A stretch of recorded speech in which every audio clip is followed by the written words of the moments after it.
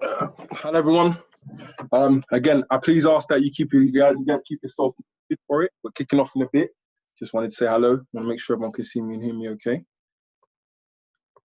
Just admitting everyone. Just admit everyone. What's going on? Uncle Jay, say what's going on. If you could please take off your cameras and mute yourself, please. Only the speakers. Thank you. Okay, Mr. Kayima Sebo. Thank you, sir.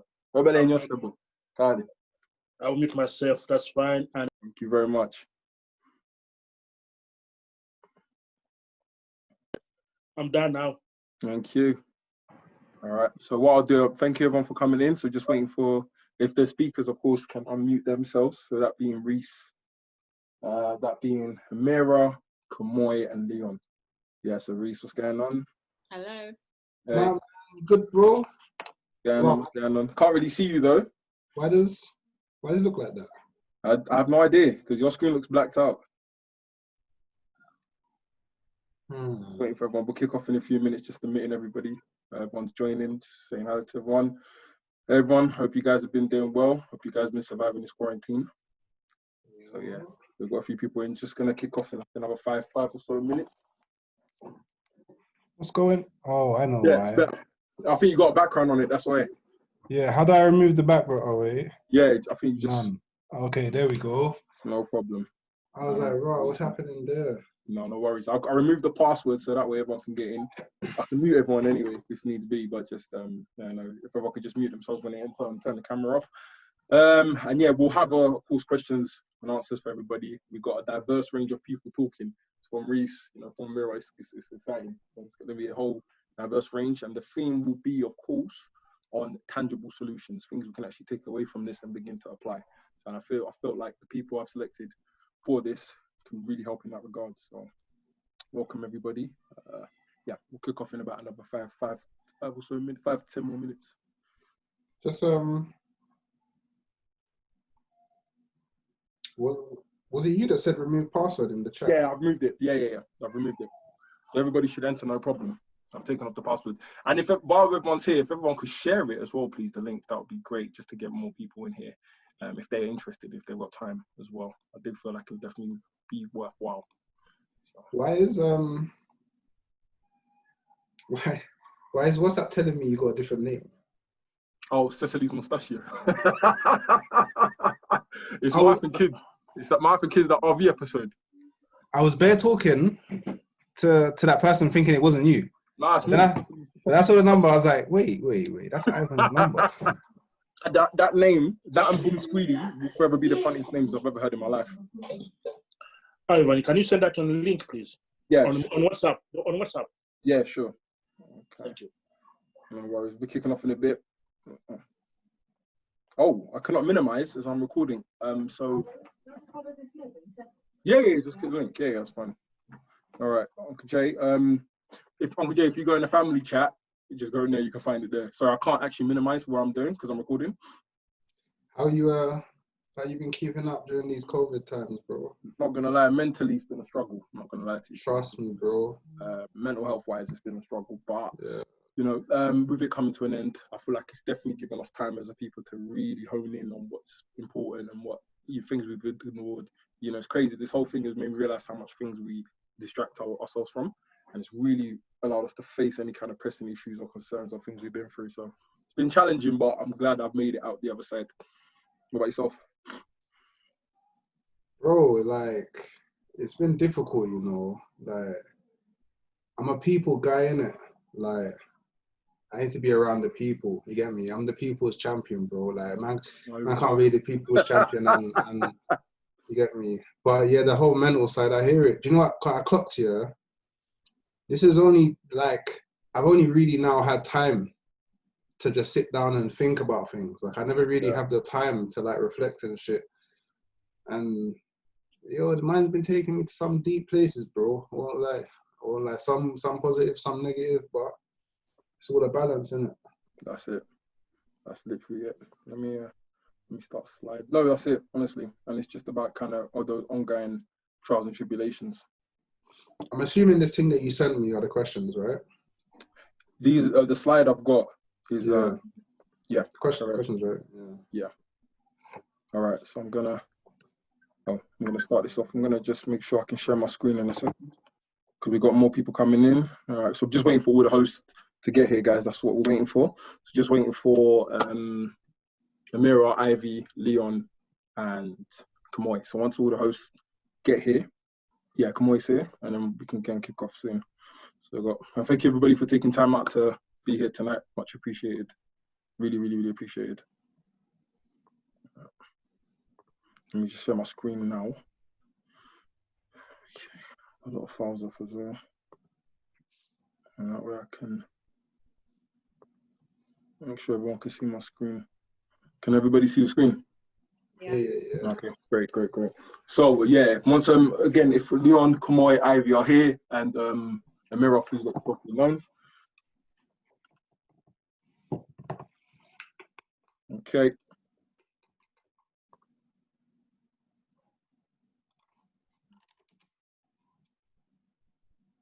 I think everybody's coming in now.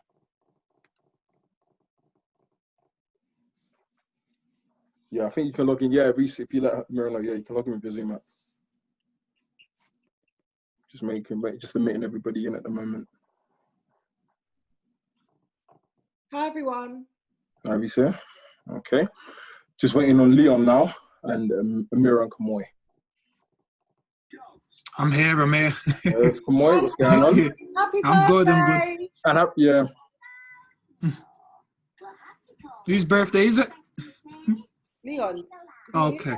Oh, is he not here? Not yet. Okay. And it's Leon's birthday today. Hi, Kemoy. Hi, Rhys. Hi, Ivy. Okay. I'm good. How are you? I'm good, thanks as well. All right. All right. Oh, snap. Hey, man. All the way from Macedonia. That's pretty dope. Say what the reach is far, Ivan, yeah? Come on. We're trying to go international. Come on, bro. Come on, I hear that. Global. Let's do this, bro. Yeah, appreciate everybody coming in. Please use the comment section as well to kind of drop your questions. I mean, I'll be opening up. There's noise in the background. Someone could mute that noise quickly, please. Thank you. Yeah. So there will be questions obviously at the end for those that want to ask questions. Please feel free to ask it or just type it if you want, as you please. And yeah. So yeah, we're just waiting for Leon and we're waiting for Amirah, and then we can kick off. Okay. So Amirah's on her way. Just waiting for Leon. Let me Yeah, I had that Zoom up there as well. Okay, someone's coming. I think that's Amirah. Just waiting for one more person. Amirah. Okay, Amirah's here. Now I'm just waiting for Leon.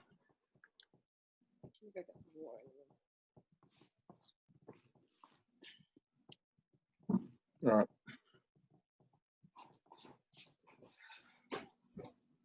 Rhys, where you from? You look like you're in your like music studio or something going on there. Nah, man, it's my room, bro. Like, okay. Yeah, I'm from. I live in North London, so. Ah, okay. Local. What area? Enfield. Okay. What about yourself? I'm Manchester. What? I haven't reached there. Yeah? Okay. I went Manchester last year. Yeah. Yeah, I need to go back. What did you come down for? Like carnival or just general? Nah, I went down there for the old company I worked at. Okay. I went down there for a few days, and I realized very quickly that the nightlife might suit me over there. So yeah, so I might have to come back. Yeah, man, it does for everyone. Everyone loves the nightlife down here. Yeah, no. So how is it over there with like the COVID and that? Like in Manchester. Yeah, what's it like, man? We're very high with the highest city.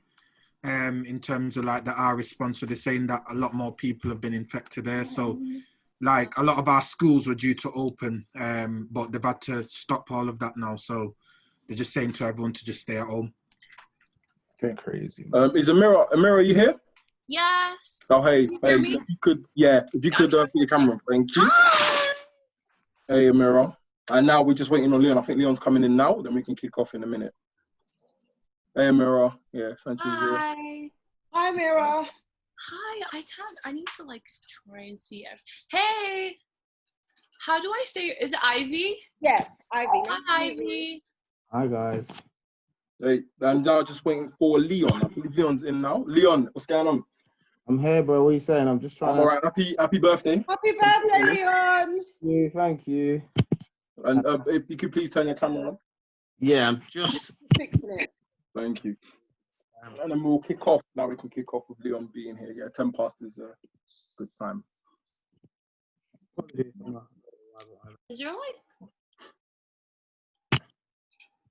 Okay, all the speakers are in. Everyone's cameras are on. So I'd like to thank everybody here. So everyone's in. Yes. Hey, Leon, how you doing? Hello. This camera of mine is so difficult to get, but I'm well, thanks. Good. No worries. Right. Now that everybody's here, we can actually kick off. So I'd like to obviously start off a little bit. Everybody can give a very brief introduction, and then we can kick off. I'm Ivan, the founder of Spiela. I've got a few of my teammates in here as well. Literally, the whole purpose of what we're trying to do today is to have a global kind of discussion about the events that have taken place over the last 2 weeks. Some thoughts and feelings. Then we want to go into some tangible solutions and then take in as many questions as we can to have an engaging, collaborative discussion about tangible solutions. In particular, I've picked these people that you see here now, as they all are in different sectors with a lot of experience, a lot of influence, a lot of knowledge, and really do speak on these issues passionately. And definitely believe it's a wide-ranging, different amount of people and different amount of opinions as well. So. Before we go into it, I will just have a little brief overview of you guys about who we are and what we do, and then introduce the speakers here. So we are Spiela, and who we are is just a social marketplace network. So we are a platform looking to take on Reddit, Quora, but just become a bit more community driven, in the sense of fostering a community space in which we can have opportunities posted, engage in discussion, collaborative topics, and providing a space in which people feel safe and secure to actually go and seek opportunities in. So that's pretty much us in a nutshell. And some of the things we do are workshops, events, the online platform, and really just doing everything with a community angle and a community view to better everybody's lives, irrespective of who you are, where you're from, your creed, etc. So in a nutshell, we just connect people from diverse and underrepresented backgrounds, provide a platform where people can break free from social labels for a wide range of opportunities to help reach their potential. So, of course, our grand aim is to positively impact the lives of 15 million people at some point in life. At some point. That's just the reach, but at some point. Thank you. So, again, without further ado, this is all about the speakers today. So, of course, I'll allow every speaker here to have an introduction of themselves. And so, without further ado, in the order of the pictures, Ivy, I'll let you take the floor first. Please keep it brief. Please keep it short. And as we move on, and then we can kick off. You had to say that to me because as his sister, he knows that I can go on and on and on. My name's Ivy, as he said. I'm Ivan's twin sister, and I specialise in diversity and inclusion. I work in I've worked in a number of tech companies, and just what I do is HR strategies, program initiatives, looking at the ways in which organisations can maximise any of their processes to ensure that more Black people are working in these organisations. I also work with the youth a lot, so councils and also like deprived youth, kids that live in underneath the poverty lines or deprived areas, specifically within London, and ensure that they get some of the skills that they don't get in school to maximise their potential in order for them to be able to work, basically, because a lot of the times you don't get taught those skills within school systems. That's where I step in. And I've been doing this type of work for about 8 years. And I also work as a university relations recruiter, which basically means I get close partnerships with universities, ensure that we're getting the best and brightest talent. But when we say that, making sure that it's inclusive, making sure that Black people are getting jobs, because that's something that's really close to my heart. I think, in short, my passion is the advancement of all Black people, by way of ensuring that they get social economic opportunities. So that's kind of what I've committed myself to. And I also love the Bricks and Soup Kitchen. So that's someone that's close to my heart, volunteer organisation. And work with Ilimu organisation that works with kids as well. And finally, Like You Consultancy, which basically does some of the same things that I was just talking about. talking about diversity initiatives within organisations to ensure that Black people work there. Thank you very much. A bit long-winded, but thank you very much. I try. But thank you anyway. Rhys? Yeah, all right, my name is Rhys Hooks. I'm an Agile Delivery Manager / Scrum Master for a fintech startup in London. Outside of that, I'm part of a creative collective. We do fashion, gaming, music, podcasts, game shows, literally YouTube, all of that. We do all of that. And I'm also working on an app. I guess my dream is just to make it so I guess the youth have something tangible to kind of grab hold of. Like I look back at my life and realize there's loads of dreams I didn't hit because I just didn't have the guidance there. And I feel it's more important to focus on the generation that's coming rather than the generation that's currently here. So yeah, that's me, short and sweet. Thank you very much, Rhys. And now Leon? Hello, everyone. My name's Leon.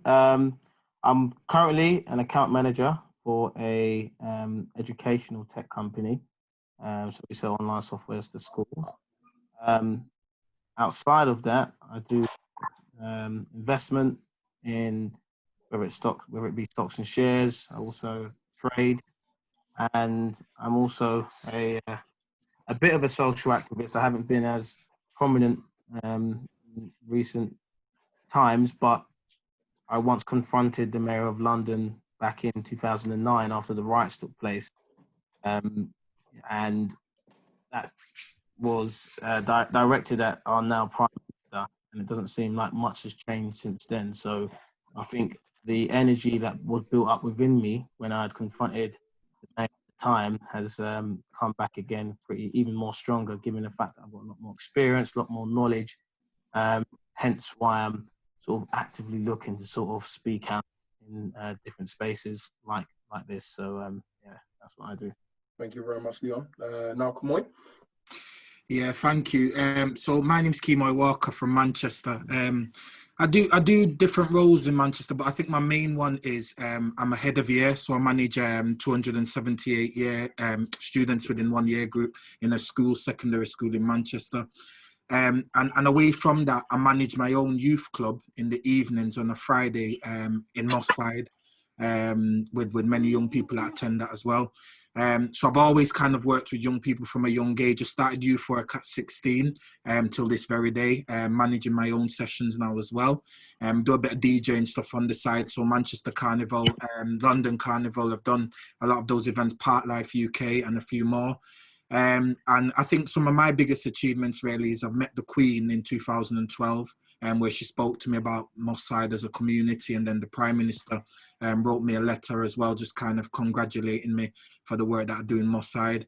I think more recently with the Black Lives Matter protests, I've done a speech on the Sunday in Manchester, and the speech got such good coverage that it ended up being on the BBC News Northwest for Manchester, which was on Tuesday. So a lot of people were messaging me kind of saying well done. So it's just been more work since then, trying to help other local businesses and schools who contacted me saying they want to kind of speak about how they can better do work within their organizations for Black people.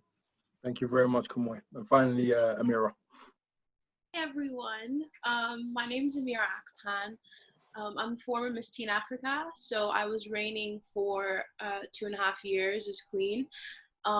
With my platform, I've been able to do a lot of things. I was able to start an organization called You Go Girl, and that was in place to help young girls here in the UK and also back home in Nigeria, where I'm from. So we were working on bringing education and educating young girls who might not be able to have access to education by collecting books that we collected here and then we'd send back home to Nigeria. I've also met with a lot of politicians to advocate for education. So I'm an educational activist.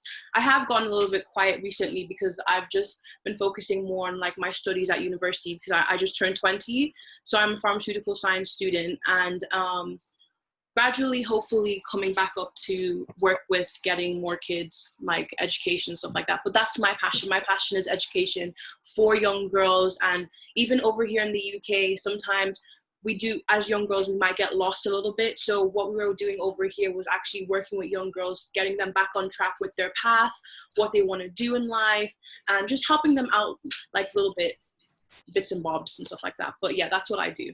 Thank you very much, Amirah. And thank you very much for the panel for sharing us your stories and what you guys do and, you know, what the things you're passionate about. And without further ado, we can now kick into the topic of conversation. So the way it'll work is there will be a few slides in which we'll have a certain subject. And on that subject, we would like the host to discuss their thoughts and feelings. And of course, I'll be mediating everything just in case, you know, that things go maybe too overboard or, you know, again, it's just kind of keeping instructions. Yeah, it's just too much heat, you know. It's a friendly vibe, and I understand, you know, these speakers in particular are very passionate. People are very passionate, so I'll be just trying to keep media and keep everything in line. But yeah, without further ado, we can kick into the first subject. And again, please feel free to chime in and talk as a host. And then, of course, the questions will be available at the end for everybody else to get involved and ask. Okay. Lovely. Without further ado, your first question being your thoughts and feelings of the last month in relation to everything that's been going on. I'm sorry, guys. I'm coughing. I don't have coronavirus. Out there. So is this just for anyone to yeah, so anyone the host. Oh. Yeah, so anyone the host to just chime in and start asking, and from then look in discussions and kind of thoughts and feelings can be involved. Yeah, please do take it in turns in a way. Thoughts and feelings of the last month. I don't know, like, I feel like it's just highlighted an issue that has been long-standing since I don't even know how many years. I feel in two ways about it. Part of me feels like a lot of people are jumping on the bandwagon and kind of turning it into some sort of personal gain for themselves, to spread their agenda and their message rather than what really needs to be focused on. And part of me also feels like I can't tell who's genuine, because this is an issue that's been around. I mean, all the people that are talking, why are they talking about it now? Like, why didn't they speak about it years ago? Like, why now? Like, I don't know, man. It's so hard to trust things nowadays when it comes out in the media, because you don't, like, we all know what the media is like. But the one thing that I do think that is positive that has come out of this is, I feel this is the first time, at least I'm aware of, that globally everyone's kind of united under this. Even to the point where I was seeing posts from people in Syria, like, people in Syria are going through a madness, but even they're still speaking up on this matter. Like, you've got professional football teams in the UK speaking up on this matter, taking the knee. Like, there's so many different people getting involved. I mean, it can only be a good thing. Like, I know that they're planning to defund a lot of American police institutions in America and put that money into the community, which will be a good thing. But then, like I said, I don't know what's genuine. I don't know what's real. Like, it's all media. I actually don't know. So until these things have actually been put in place, I don't really know how to comment.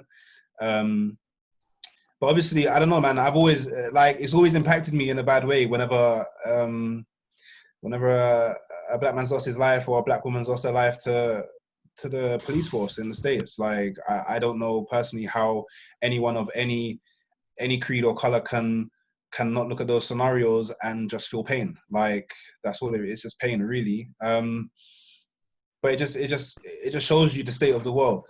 Like, and the mere fact that there's people that are actually kind of trying to make arguments against, like, the movement. To me, that's crazy. Like, you cannot agree, but why go out of your way to tarnish something that is trying to bring the betterment of I guess a sect of people? Like, I don't know, man. Like, the world's crazy. I mean, but let's just see how far it goes. I was gonna go to the protest tomorrow, but then it got cancelled And I mean, this is one of the issues. Like, it got cancelled because of people that were going to what? Fight? I'm getting a burning section to just interject that one part there. Okay, this whole thing of No, please do. who cancelled it. Okay, a picture has been put out. There is no don't know anyone who's fact checked this. Okay, because when you go on Black Lives Matter website, there is no structural organization that exists. This thing has been cancelled by Black Lives Matter. This could have been put out as propaganda by anyone. Now, if you're going out there to protest, to raise awareness that Black Lives Matter, it has nothing to do with someone having the capability of cancelling it. That doesn't cancel your right to go out and protest. It doesn't cancel. And that's been my slight frustration around one individual or however many individuals coming out, sharing their views, which they're entitled to, whether it be legal or illegal. The police have a job to do, and that's their job. Their job is to police anyone that is conducting themselves in a racist manner. If you and I and everyone else inside this room have a desire to go out and protest, to simply push the awareness that Black Lives Matter, then who has the right to cancel that? That's what I'll say on that part there. But very, very passionate. I think it's a good point. I really do. Putting out a pic. Listen, I could create that picture on my computer and pull it out there. Now, how do you know? Like, there is no representative for Black Lives Matter right now. Black Lives Matter is a hashtag at this present time. You go on their website, you'll see that. You'll see that it's an organization that's been set up, and they have bases in Canada, America, and the UK. I've never seen an official or someone that is claiming that you and I could go out there and protest, and if it got enough media attention, they would say, oh, there was a Black Lives Matter protest in X area. So just, I want people to keep that in mind, because I was considering, I was trying to ask myself, why do I want to go on Saturday? Am I going because I'm hearing all of this noise coming from the right, left, or far left wing, that they're saying, oh yeah, we're coming out there and we're going to do this and that? Sorry, it's the police's job to defend peaceful protests, okay? It's not anyone else's job to do that. So in my head, I said, right, the purpose for me going is to support Black Lives Matter and to promote that side of it. Anything else that comes by, everyone else has a job to support or to prevent those interventions from taking place, whether it be violence, whether it be anything. So this is where sometimes we kind of lose track and diverge into different areas that we never set out to get involved into anything else other than we're going out there to protest about what matters to us. And that is everyone against the racists, not black people, not mixed race people, not just whatever particular race. It's everyone versus racists. That's it. That's a good point. There's a really, really good point there, Leon. Because you know what, in Manchester, we still have protests over this weekend, you know, and Monday and all the rest that we're still attending. Nothing's stopping us from doing any of that. I know that I've seen flyers of the one in London being cancelled, but we still go ahead with ours in Manchester, you know. Rightly so. I think that to speak to both of your points, I think there's two separate issues here. One was obviously we know who has been acting up, let's not give him any lie, and saying that he's going to come and do whatever and what have you this weekend. And I agree with you, Leon. Like, what does that have to do with us? Like, unless I think what people should be against is obviously the draw. We know the draw out part. Like, oh, it's going to be something, and oh, we should. Do you know what I mean? I get that. Fine, don't get involved.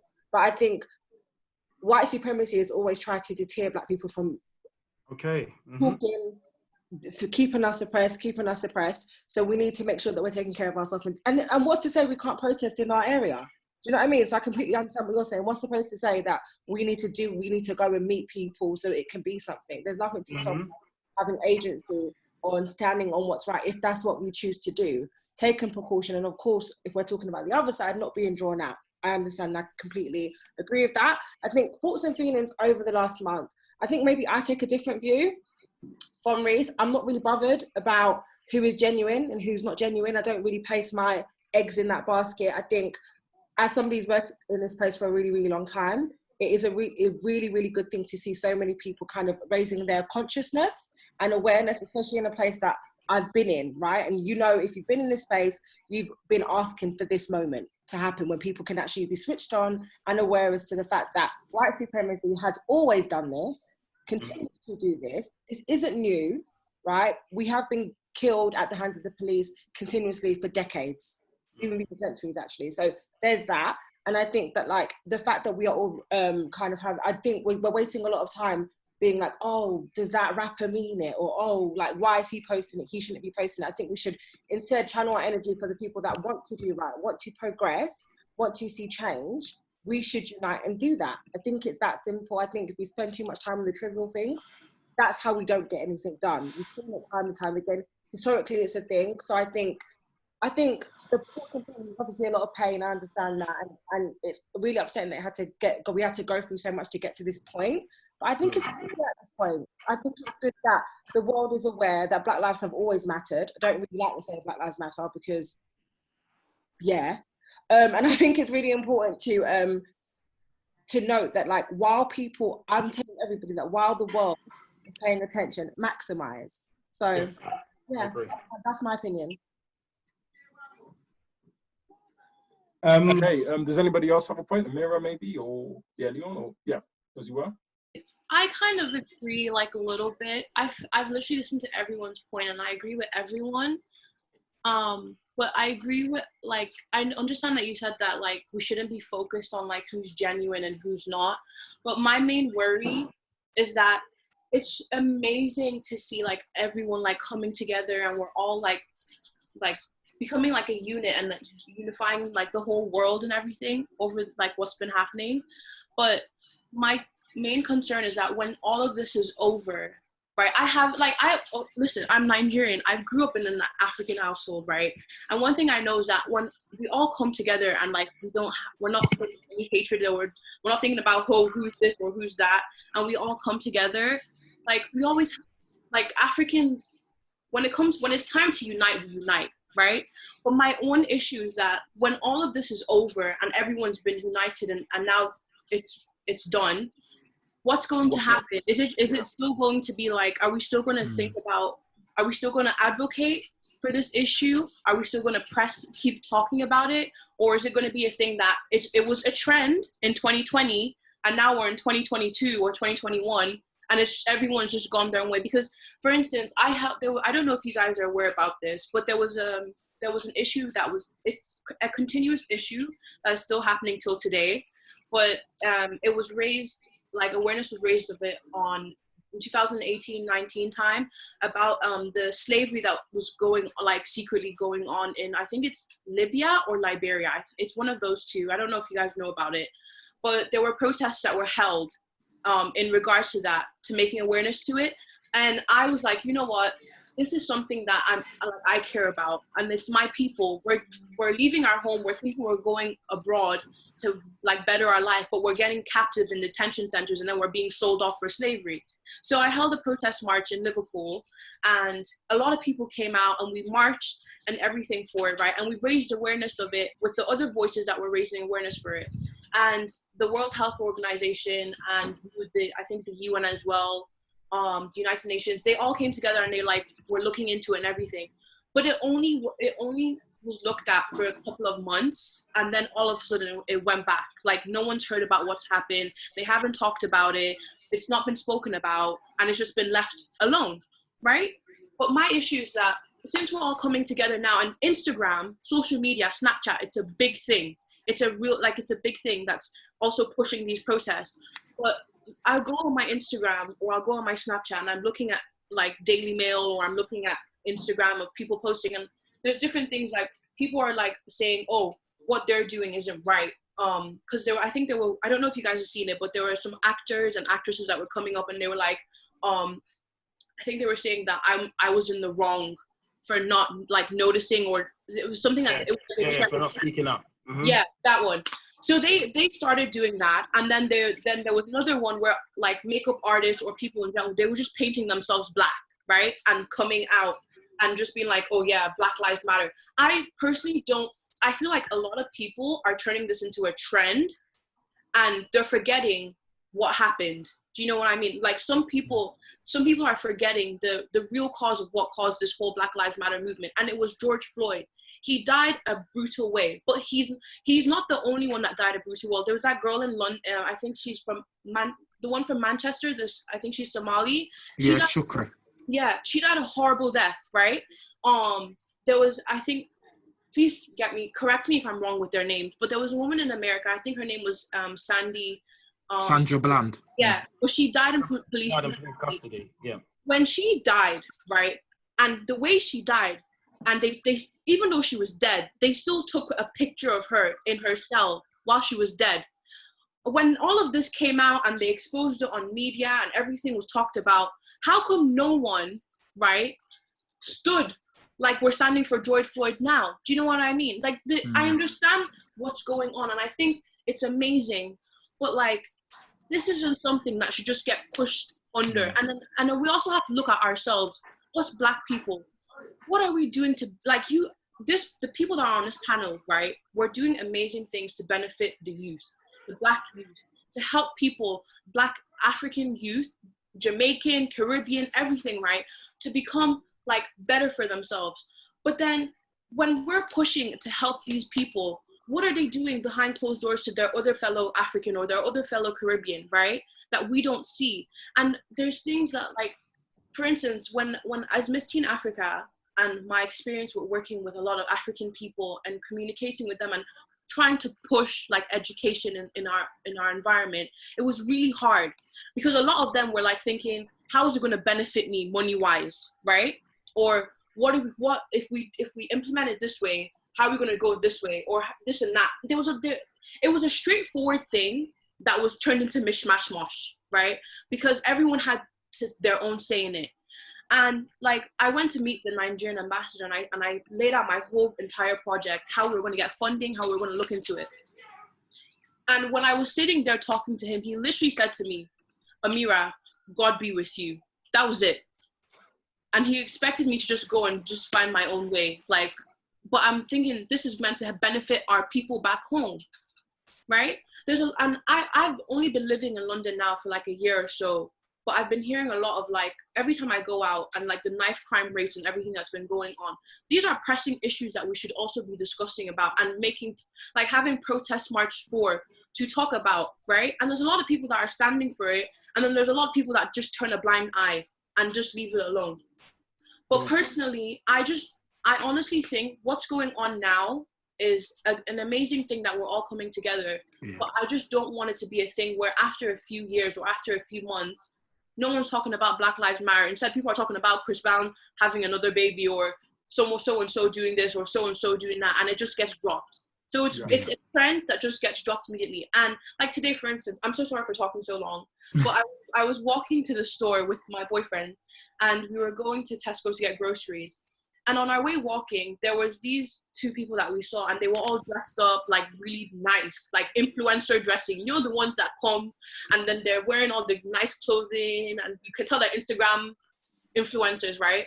But they had done the whole thing, and then they were carrying Black Lives Matter board. And they were Oyibo, they were white. I don't want to. They were Caucasian. And in my head, when I walked past them, right, I felt like I'm not discriminating against anyone or talking bad on anyone, right? But when I walked past them, I just felt like they went to that protest march to snap pictures to post on their Instagram and page, be like, yeah, I went to a protest and I was there holding up. Because the way they were dressed, it wasn't like they were going with the knowledge of there has been slavery and Black people have been oppressed for a long time. It's because I turned to my boyfriend, I said to him, I was like, Nehemiah, if we actually sit down these two people that we just saw now and actually ask them, are you aware of what Black people went through like 200 years ago, 300 years ago? And we ask them about that, right?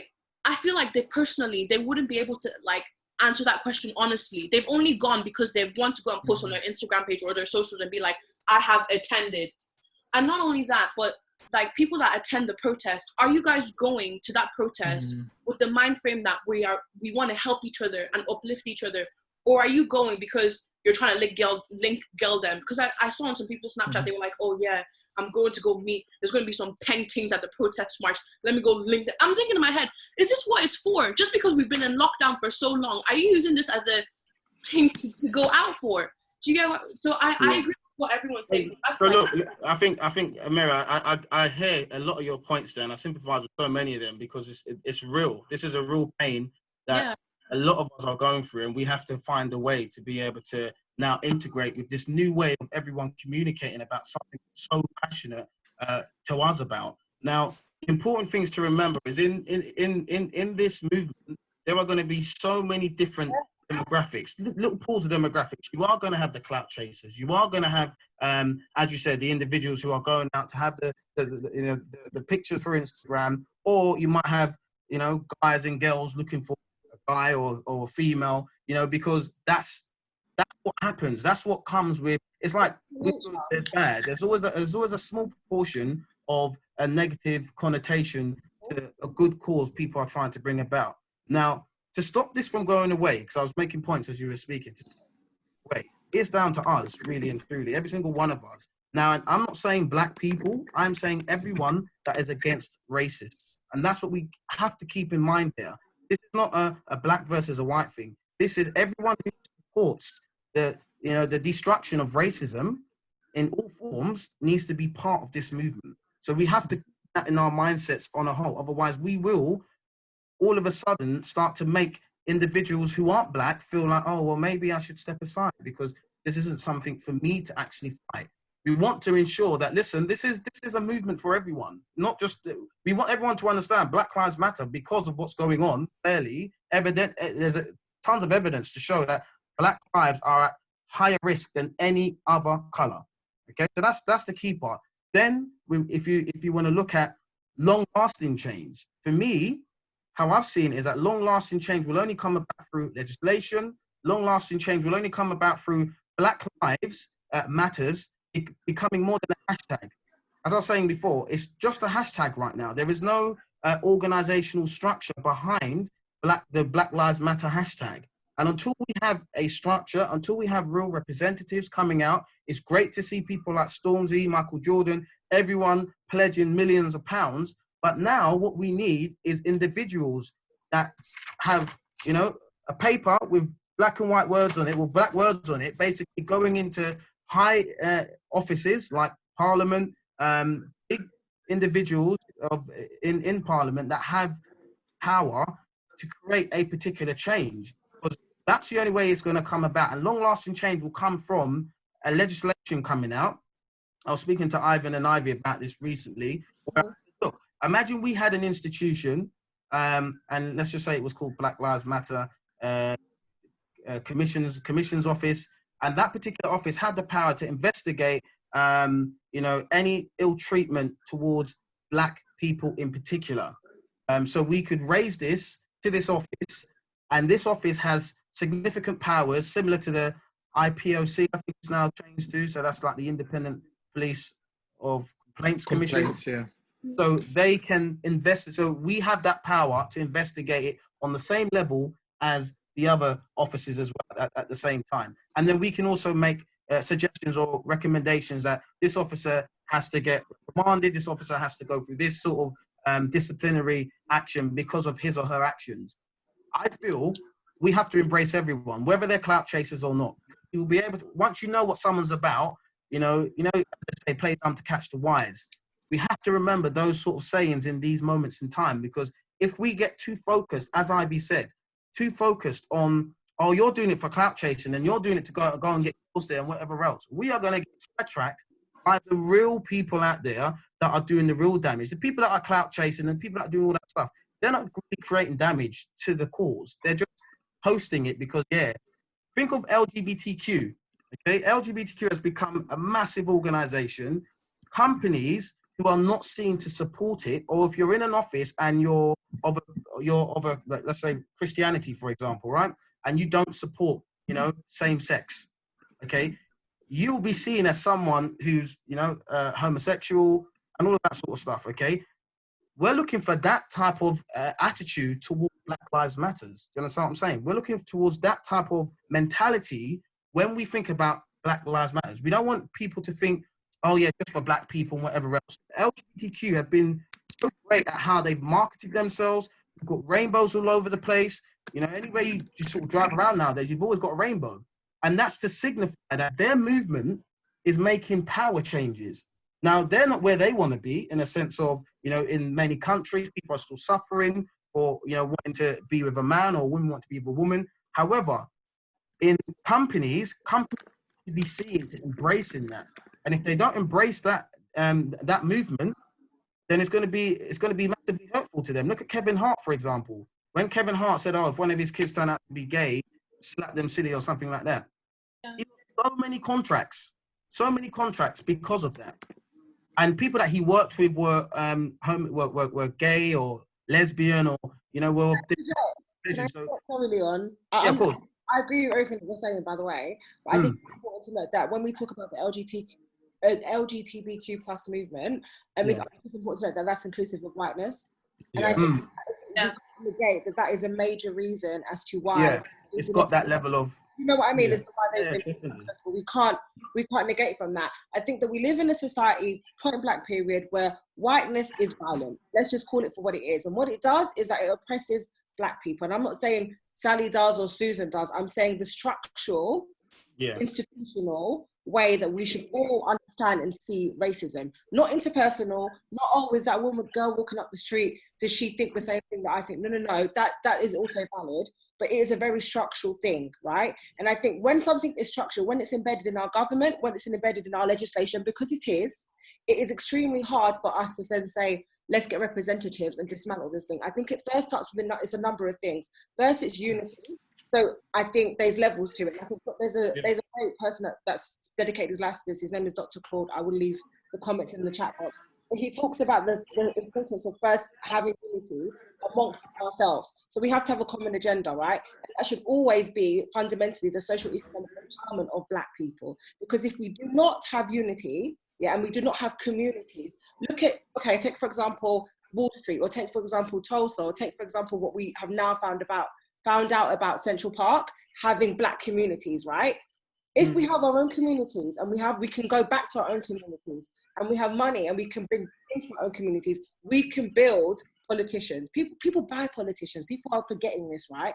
And I think that it's really important to note that we need representatives, of course, in politics, but in order to even get to that place, we can't negate the fact that, number one, we need unity and we need social economic empowerment. It's imperative. We can't do it without it. And that's what people always miss, because I think what we find is a lot of us are like, yes, we're so passionate. A lot of us have been in this place for a long time.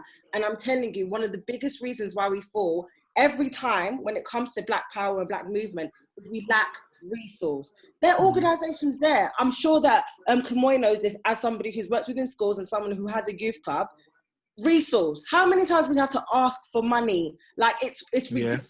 Like, we are so under-resourced. People keep saying, where are our leaders? Where are our organizations? They exist, but nobody's, until this point now, people ain't been putting up this. And in order for us to implement change, you're talking about, Leon, as well, like how legislation creates things. Education is a massive thing that will create a change in the black community, right? And I think, again, if we're talking about specifically education, there's the black curriculum that's been around for God knows how long. Yeah. Do you know what I mean? And they talk about empowering our youth, because who will want to run for change, to be able to change politics, but to enable us to be empowered, right? We have to be empowered within ourselves. That's true. And if our education is telling us that we ain't nothing, because that's what it's been telling us, and a lot of us come to the realization much later on in our lives that actually we weren't just slaves. Do you know what I mean? And actually we were all these things. If we had that understanding while our brains were developing, things would be different. Do you understand what I'm saying? And it starts from somewhere. It's not enough to say, let's just get a politician, or we have to be unified, because what will happen is, Leon, you'll have a representative and no one will vote for him. No one will vote for him. And I think it's important to note that. It's the same way that some of us won't go to our own restaurants. Some of us won't party in our own areas. Some of us won't wear our own designers. Some of us won't buy black, right? And I think that it's really important to note that. It's the lack of education. So it's a strategy, and it has to be a build-up of things. And I think if we go and directly looking at legislation, a lot of that falls through the crack, because we know that human rights are limited to race. we all technically have the same human rights. Clearly we don't, because if we did, then we wouldn't be getting executed on the street. So I think it's important to note that like there's levels to this, and we have to build ourselves up to get to the point. But while we're doing that, all of us need to be unified. I think that's what people are missing a lot. And Leon, I completely agree with you. We don't have time to focus on those that are not and their reasoning, because that is a waste of time. It's just. Thank you. So, Thank you very much for that, Ivy, and thank you very much for everyone for the panel. We'll be moving on to the next question, but really, really cool, concise answers. And again, if anybody has questions, please leave them to the end of this.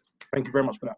So, okay, so question 2 is allies. How can we constructively work together? Like Ivory said, we need to be unified. I think she kind of touched on that question, answer. Oh, sorry, no, I meant allies as in like other people, other different races of people. Apologies. Yeah. Oh, Leon could probably take that one because he was talking about allyship previously. Yeah, I mean, I think when it comes to working with other people, one, especially with organizations, Rhys, you spoke about loads of businesses coming out, right? You have to remember the guy or female who's in charge of a business is there to make money out of this, no matter what. Okay, like they're businessmen, they've started this business with pennies or their dads or inheritance, wherever it's come from, right? So, being in business myself, I appreciate the fact that very rarely do people just give out money for and not want anything back from it. Yeah, there's always that need. So, one is about propositioning ourselves in a way to provide or to show value in what we're providing to that organization or to that individual, albeit to simply get them to understand that you can still, like get huge value out of this. Now, value, the word value is quite broad. It comes in different forms. So value could be monetary, value could be the fact that you're getting more quality candidates within your organization. It's so expansive, it's unreal. So when it comes to sort of like how can we constructively work together, for example, in my company, Renaissance, we have already, which has been, it's been a bit overwhelming, if I'll be completely honest with you. They have created a particular individual who's now in charge of diversity within the company. They're looking at everything. They're looking at the board of directors, and this was all commissioned from the CEO within the week, actually. And hopefully, Ivy, we can get your organization to come in for our UK part. But they've already now have a designated person, and they're effectively looking for people to help to educate them on what the next steps are. Our HR manager was scared to write an email, and she's a white lady. She was scared simply because she didn't want to offend. Now, just that alone, you may have a white person or someone of a different color that's not black who really wants to, participate, but is so conscious and they're so like nervous of saying the wrong thing or, just going down the wrong line. They kind of go silent. And we all know sometimes your silence could be so loud that, you are supporting the opposing. And sometimes that's not what they want to do. And this is where working with our allies requires, a bit of sensitivity, a bit of understanding of how it could be for them to approach us effectively with want to listen and the want to learn without offending. So that's, as Ivy said earlier, education is going to be key, but it's always about trying to understand it from their perspective that, look, they want to understand. Sometimes they don't even know how to go about it. And we need to educate them on, okay, cool. If you're out here, and I said this to Ivy as well, any company that is out there, on their Twitter page or Facebook or any media outlet talking about Black, then any organization that works to educate is capable of approaching this company. Unless they're telling you, we're currently working with this organization to, promote Black Lives Matter within our company, then they can be called out. They can be called out, named and shamed. So people understand that this company here is particularly only just doing it for the purpose of, catching more likes or more attention, not necessarily for the real purpose, which is what we're all fighting for. Leon, I just wanted to interject, sorry, because I feel like I can talk quickly and then everybody else can as well. I love what you're saying, and you're coming from a very empathetic and kind and loving space. I personally don't think that is Black people's duty to educate white people on their history, personally. I think that schools do that already. And I think if you ask a white person, would you like to be black right now? They would say no. So I think at this point it's a choice. And the reason, and there's two things, right? I think one of the things is education, in terms of educating white people. We see that a lot of black people are moving into that space. Oh, read this book. Oh, this is a verbiage that you should use. And I think that actually further perpetuates white supremacy, because it puts the onus on the oppressed people to become the teachers. It puts the onus on those who are burdened to then bear the burden of educating us. If you actually think about it, if a woman has sexual abuse from a man, for example, it's never the woman that then goes and tells the guy, you know what, the way that you touched me made me feel like. That doesn't happen. Like, you don't tell the person who's traumatized you the ways in which they've traumatized you. And you sit them down and you're really empathetic to how they made you feel. It doesn't make sense. I think that, but I do think that if you're looking at it in an organizational space, I can see where you're coming from. In terms of HR and strategy, by way of ensuring that there's more of us in those organizations, by way of ensuring that, you know, it makes it a more comfortable situation for people coming through, that can make sense. But I think education is not a word that I like when it comes to teaching white people, because if you think about it, Leon, we've all been in situations where I've had people that's come to the office who were black, and I'm like, oh, okay, who's at the door? And they're like, oh. And I'm like, who's at the door? Oh. And I'm like, is she black? Yeah. It's not a bad word. It's not a bad word. It's white guilt. Fix it yourself. There's books, there's Google, there's so much to be done. I think that it's fine if some people want to take that position in that space. I'm not putting them down. All I'm saying is that white people, if you're in here, do not rely on us to teach you about our oppression. The schools have done that for you. If you choose to be ignorant, then that at this point is your choice. It always has been, but I just want to drum that in. But Leon, I do see what you're saying. If you're talking about an organizational level, if you're talking about ways in which your organization can help, you know, push our agenda, that's different. I'm here for that. Purely from a business perspective. But just to come back to you, because this is the part I probably don't really get either. Okay, if we are saying it's for white people, or you know, to educate them. Yes. I can just imagine someone going, oh, well, where do I start? Oh. Yeah, I don't want to. Well, where do you start? What do I do? Where do you start with buying a dog? Where do you start with getting shoes from a shop? It's all the same thing. Like, Google it. How have my people oppressed black people? There will be many articles. It's not something that's difficult. Schools have taught you, colonization has taught you. It's not difficult. Leon, and I know what you're saying, because I think for us, it's like, how can it be something that's so difficult for them to grasp? It's not. That's racism within itself. It's white supremacy. It's the power of being up here and not ever having to be empathetic to people that you've oppressed. It's just the power. So they need to ensure that they are more understanding, and that's something that they have to deal with and teach their white brothers and sisters within themselves. That's on them. Yeah. Right. I just want to interject, Kemoy. Please.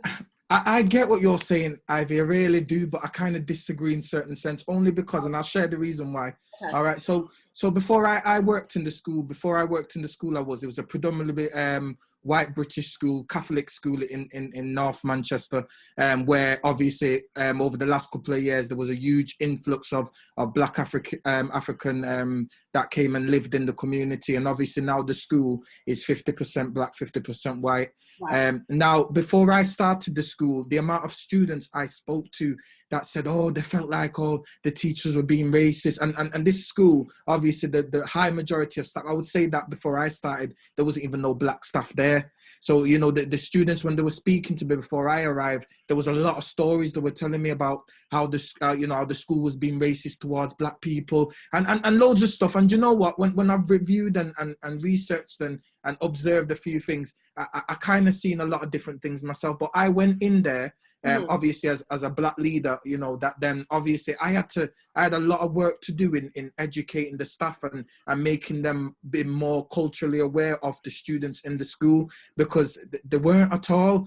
So I do feel at some points that we have that kind of, I don't want to say duty, but we have that. I hear what you're saying. I hear you. We should be able to kind of educate them a little bit so they are culturally aware of our black people and how they were. And the reason I say that in certain sense was the kids were playing them off as well. A lot of the kids were saying, like, I'll give you just an example, like the kids were going in, the black kids dyeing their hair pink and all of that and telling them it's part of their religion. You see what I'm trying to say? And the white stuff was believing all that, and that's what I'm trying to say. Like, I see what you're saying, Kemoy, but I think what's important about what you're noting is that you're doing it rooted, number one, in the Black agenda, because you're doing it within an institution. You're doing it within Yeah, I think that's really key. That's key. That's important to know. I can understand that because you're doing it on the backs of how can I make Black lives better? Like the people that I work with in this particular situation. I think what we're finding is, and I think what I take issue to is white people on the internet saying, I don't know what's going on, and Black people deciding to do slides.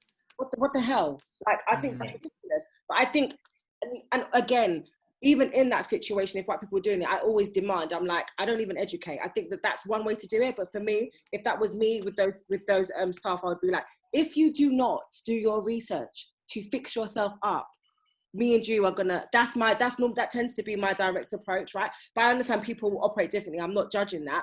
What I'm saying is I can understand it more so from your point of view, because what you're doing is rooted in Blackness. It's not rooted in whiteness and ensuring that they feel better about what's going on and they have a heightened understanding. It's rooted in understanding that Blackness is suffering at the hands of this. It's not on the net because a white person just says, I don't get it, oh my God, and you don't even know them, and it doesn't contribute to nothing except for their single one awareness. No, fix yourself. So that's my opinion. But I do understand and I empathize with it, and that makes sense to me. And also, what I meant as well, because I was just reading some of the comments as well. When I say for ourselves, obviously throughout our conversations and people attending debates like this, they will get to have a better understanding. But there are organisations out there that companies can pay for, for someone to come in to provide that structural, better understanding within an institution. So that's more where I'm directing it at, in a sense of we need, companies out there like what you work for, Abby, who are already in that domain, to come into organization. Because we within the girls, there's a couple of girls within our company who said, look, we should start up our own thing. And I said, cool, we start up our own thing. And I said exactly what you said, Abby. It's not for us to educate work, because we have a job to do. Our job is, what job. That's not our job, but we can highlight and organizations to say, that's differently, and then sitting them down and being like, this is what you've done to my team.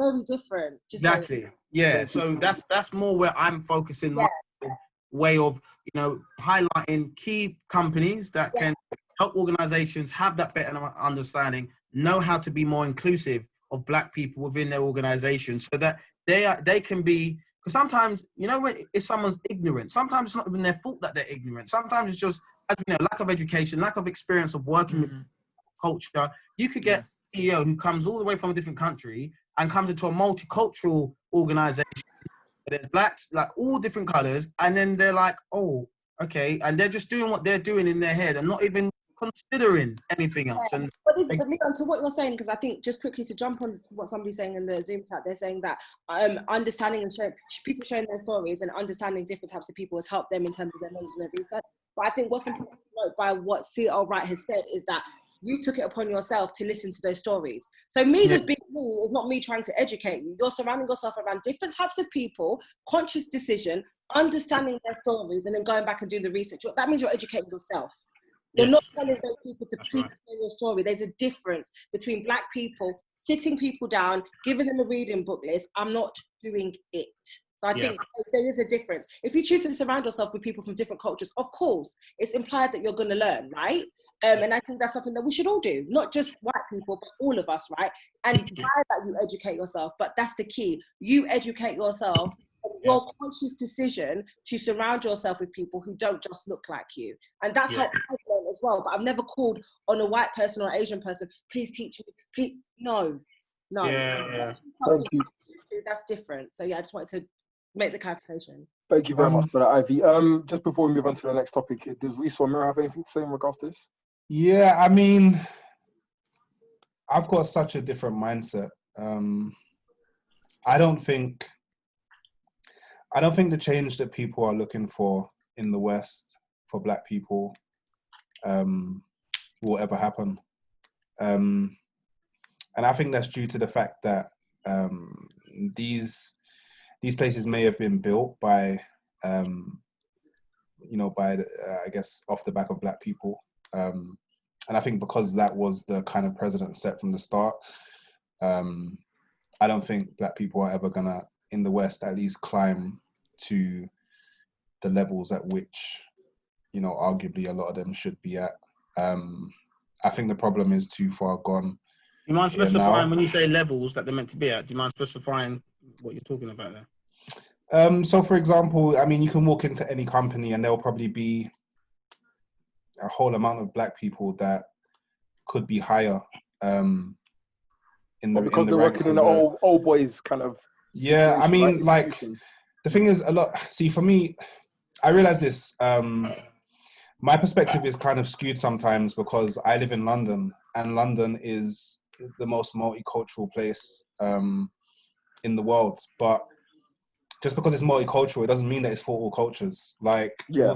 all the legislation that they put through, all the decisions that get made, it's never made with the, I guess, the best interests of people who are non-white, non-European. Like, it's just not the way it is. So in my mind, I mean, if people want to ally, you know, that's fine. But I would always check how genuine they are, because will they ally when there's no money involved for them? And are they even allying for the right reason? I mean, there's people that will go around with the, you know, the Black Lives Matter banner or whatever, or spray something on their t-shirt, but then, you know, a black person will walk up to them in the street and then they act like they can't see them, or, you know, they actively try to avoid them. So, I mean, genuinity is really important. What I feel should actually happen is, I think it needs to kind of start from the bottom and work its way up. So everybody here will know people who are black that have businesses. Like, they just will, or they will know someone who does, and it will just open a network. You know, you just got to ask the question, you got to start using that, and you got to start putting money into these people's businesses, because once you put money into their businesses, they now have capital, and now they can operate however they so wish to. It's really hard to operate in the West without capital, because, well, capitalism, like, it's all about capital. It's all about money. Cash is king, is what I say. But, you know, my mind, what should actually happen is, once, you know, we've all kind of, as a people, as a group, decided that we're going to start putting money into these black people's businesses, I think black people just need to understand that maybe their future doesn't lie here. I mean, all these people who are non-black are investing into Africa, but black people don't want to view it that way and don't want to do the same. I mean, like, to me, it makes a lot more sense to go somewhere where it's yours, and you know, you define the structure, you create the structure, you can actually change the structure, and the people there are not against you. They're with you. They just fought a different battle. I mean, that's just my thoughts. I don't think that I mean, it's all great. We can all go fighting, you know, we can all go protesting. We can all speak to our colleagues at work. They can all self-educate themselves. Some of us can try to educate them, but at the end of the day, the majority is not going to care. And all these companies that are making these diversity changes, I mean, it shouldn't even need to be the case anyway. Like, you know, at the end of the day, black people are humans. Like, I mean, if that's something that's not clear already, then I don't know why people think after marching and protesting and bringing new things into different companies is going to change that, when we're now in the year 2020. And I don't know, man, maybe I'm too cynical, but I firmly believe that black people's futures is not in the West.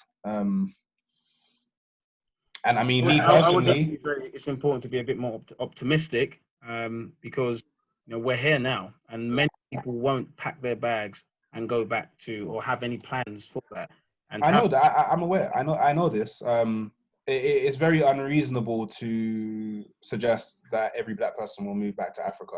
But also, I don't think every black person should move back to Africa. I think that is, personally, I think that is not the narrative that we should be pushing, because based off of this and this alone, that within itself, again, is white supremacy. We should be able to settle where we want to settle.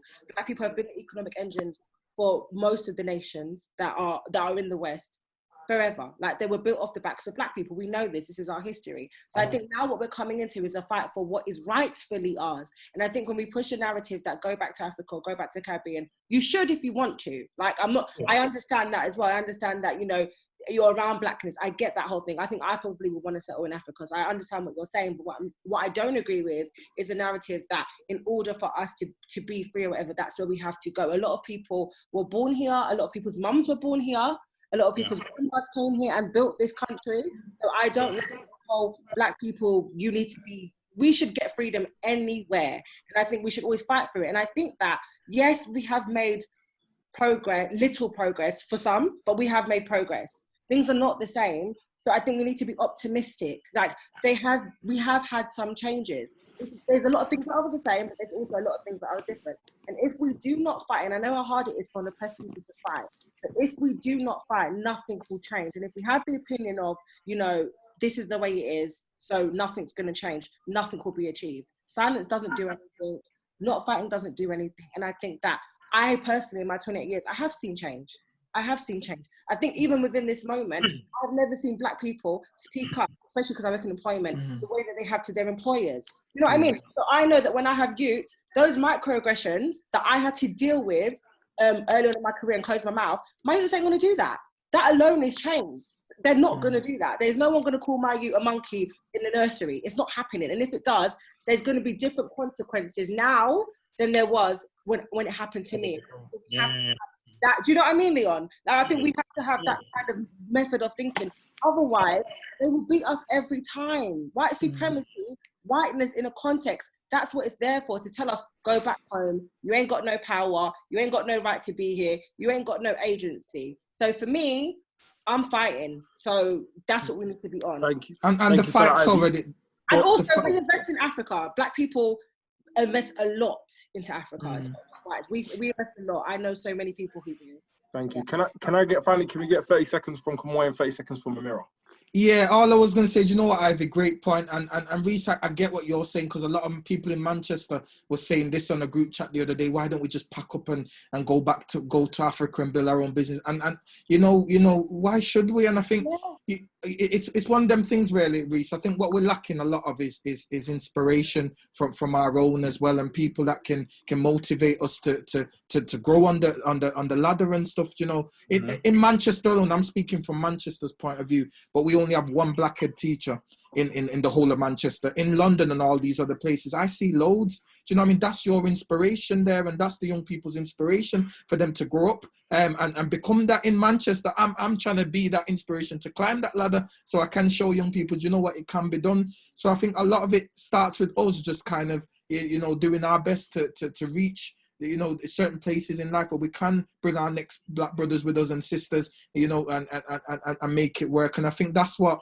a lot of it's lacking at the moment. I think we haven't got the unity at the moment, which needs building on. You know, there's a lot of things that we lack that we need to try and sort out so we can bring our people up with us.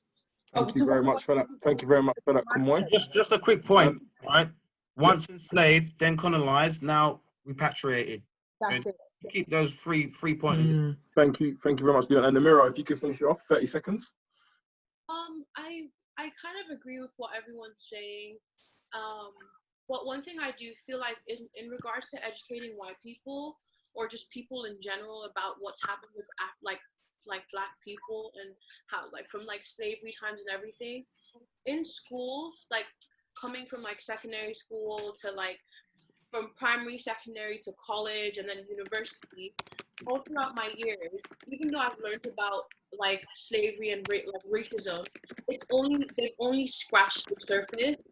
They haven't gone in depth into like what's actually happened with black people or how it started or where it came from. They never and I feel like they don't go in depth because it's something scary that they don't want to expose their people to the like other like white children or Caucasian kids, right? For them to be like, oh my God, this is what we did and everything. So if you're typing, please mute. So personally, I feel like sometimes it is our duty to educate them so that they understand. I get your point, Ivy, where you said that, like, I'm not going to write down books for them to read, but if they came up and asked us, and sometimes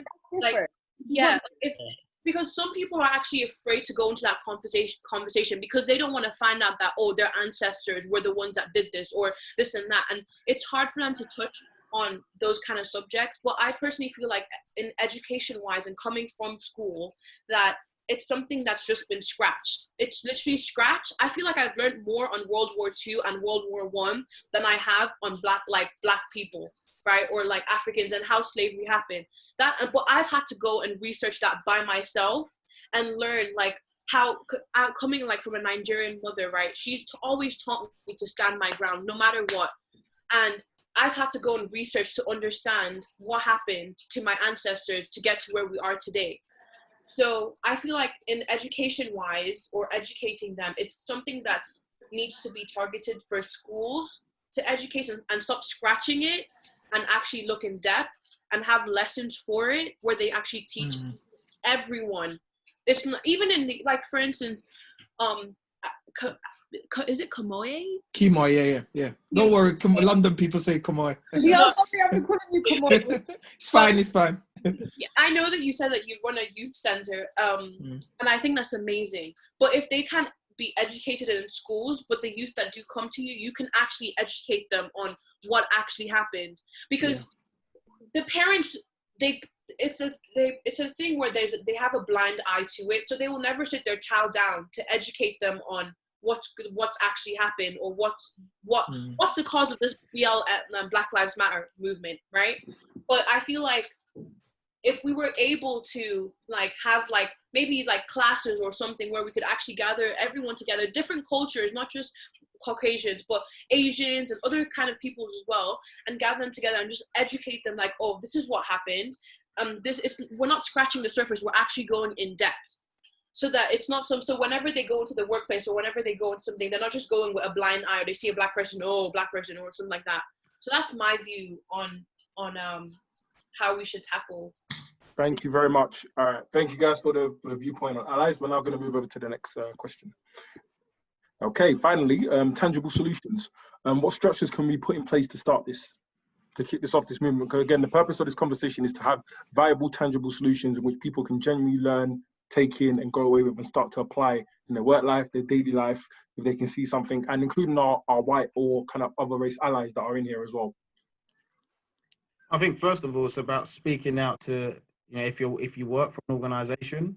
I mean, you spend a lot of your time at work, so it would be a great place to start speaking to your HR departments, your managing director or CEO, and asking what their opinions are and seeing what they're willing to do, on Black Lives Matter. I think Rhys Sanchez said in the comments that, we've made great progress. And I think all of this, I mean, a lot of, obviously, we would say that George Floyd sort of sparked this, but if all the other previous occasions hadn't happened, you have to take into account, this wouldn't be what it is at the time. So we have to take credit in the continuous battle that we've been fighting. Now we're at this, now it seems like, and this will become evident once people are sitting down at the tables with their CEOs, with their HR colleagues.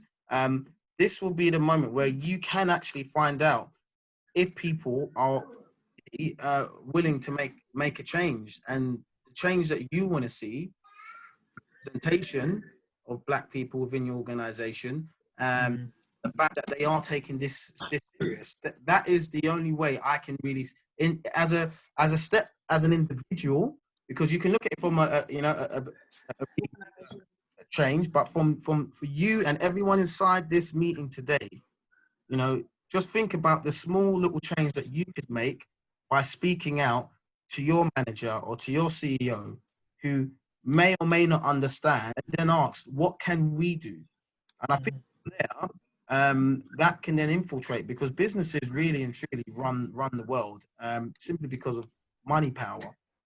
Companies like Facebook, Amazon, Apple, they can control Donald Trump's decisions. on what decisions he's gonna make for the economic good of a country. And with that, we need to take that into account. So that's what I would say. You know, I cash is king. Cash is king. That is my number one. My- You ever have money in the bank? I agree. I was just going to add and say, Leon, do you know what? Perfect point. And do you know what I loved, especially about some of our young people there as well? They've started that conversations with school when Black Lives Matter protests started, and they started to do that in Manchester. A few of the children went on Twitter and they tagged the school and they said, what are you doing about Black Lives Matter? And I've never seen the school so quick to arrange these meetings to say, look, what can we be doing and stuff. So I feel like our young people have made so much great steps towards creating that change. And you know what, a lot of schools now are looking at ways of how they can,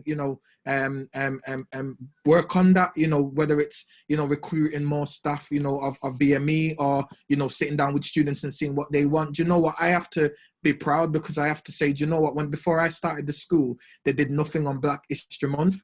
And when I came, I kind of said to the school, look, I'm not seeing anything going on, and I had to come in and kind of educate the students. I had to look back at history, talk about where, slavery and all the rest of it, and all the kids had a great kind of month listening to all the stories and what went. We had the parents that come in to cook rice and peas and chicken, jollof rice, all of that. Staff loved it and all of that. So, we can make that change. And I've seen it happen, so I feel like you are right, Leon. I think a lot of it is those conversations with employers. A lot of it's them, and they will listen. They will have to listen, and that's where you'll see great change. I think just coming off of the back of what you said, I think there's different levels. One of the most important things I think people should know in here is that do what you can where you are. Like, I think often as people, we always think that unless we're here, we can't do nothing. So we just don't, and because also it's very overwhelming. So we just don't do anything, right? We don't speak up. We don't do this because it's just all too much. I think that all of us have the power to create change in wherever we are, in whichever lane that we are. And I think holding institutions, organizations, and people accountable is key. Do you know what I mean? Challenge people to try to give you those microaggressions at the workplace. I gave a talk about that last week about yesterday about being back at work. So challenge those things, and also from just being a person, like there's a lot that I do to give back to my community. I think time is something that people don't always maximize off of. Give back to your community and pour back into your community. Like, the way in which we're going to really create these structures to create tangible solutions is to also have our own and have a footing in this thing. And in order for us to do that, we need to be like, if our kids are saying things like, oh my gosh, like it starts from young, I'm not nothing, I was enslaved, I was just a slave, I was born a slave. Educate them, empower your kids, tell them where they've come from, tell them that they're from amazing and a beautiful people, give them that confidence, so that when it gets to the point that they're working and someone tries to give them some mouth and oppress them, they're like, actually, no, I know where I come from. You can't talk to me like that. My racial esteem is up here. And I think that if we all had higher racial esteem, if we all kind of implemented and held people accountable, the structures would then be changed, because structures are made by people. Like, it is built by people. So I think we have to also educate ourselves. We have to also ensure that we make money. That's a really important thing as well, if we can, because I think that's a really good way that we can pour into organizations that already exist to create these changes. If you can't contribute or make those organizations as well, that's a really good thing to do. And I think a lot of us should try and ensure that our communities, back in the day, we used to have communities. Like, if I haven't got sugar, I can go to the next person's house. If you were in a black neighborhood, that's the thing that you could do. We don't really do that no more. Like, we have to build community and solidarity, that even when police come, we're coming too. Do you know what I mean? Like, and I know that that's something that we already do specifically within London. We don't play that. But I think at the same time, we should hold everything and everyone accountable. And there are ways to do that. But if we are not unified, I know that we're unifying right now, but if we're not unified, those things won't happen. And I think unification comes from, number one, knowing education, because you know who you are, you know who your people are, you know where we came from. And number two, then understanding we need to hold things and people accountable who don't stand for our rights and who we are. So it comes from a lot of things. Kemoy, just a quick question. You said that the school wasn't doing anything around Black history. Was there a reason for that? Like, what was it? Good point. And again, that's what I mean.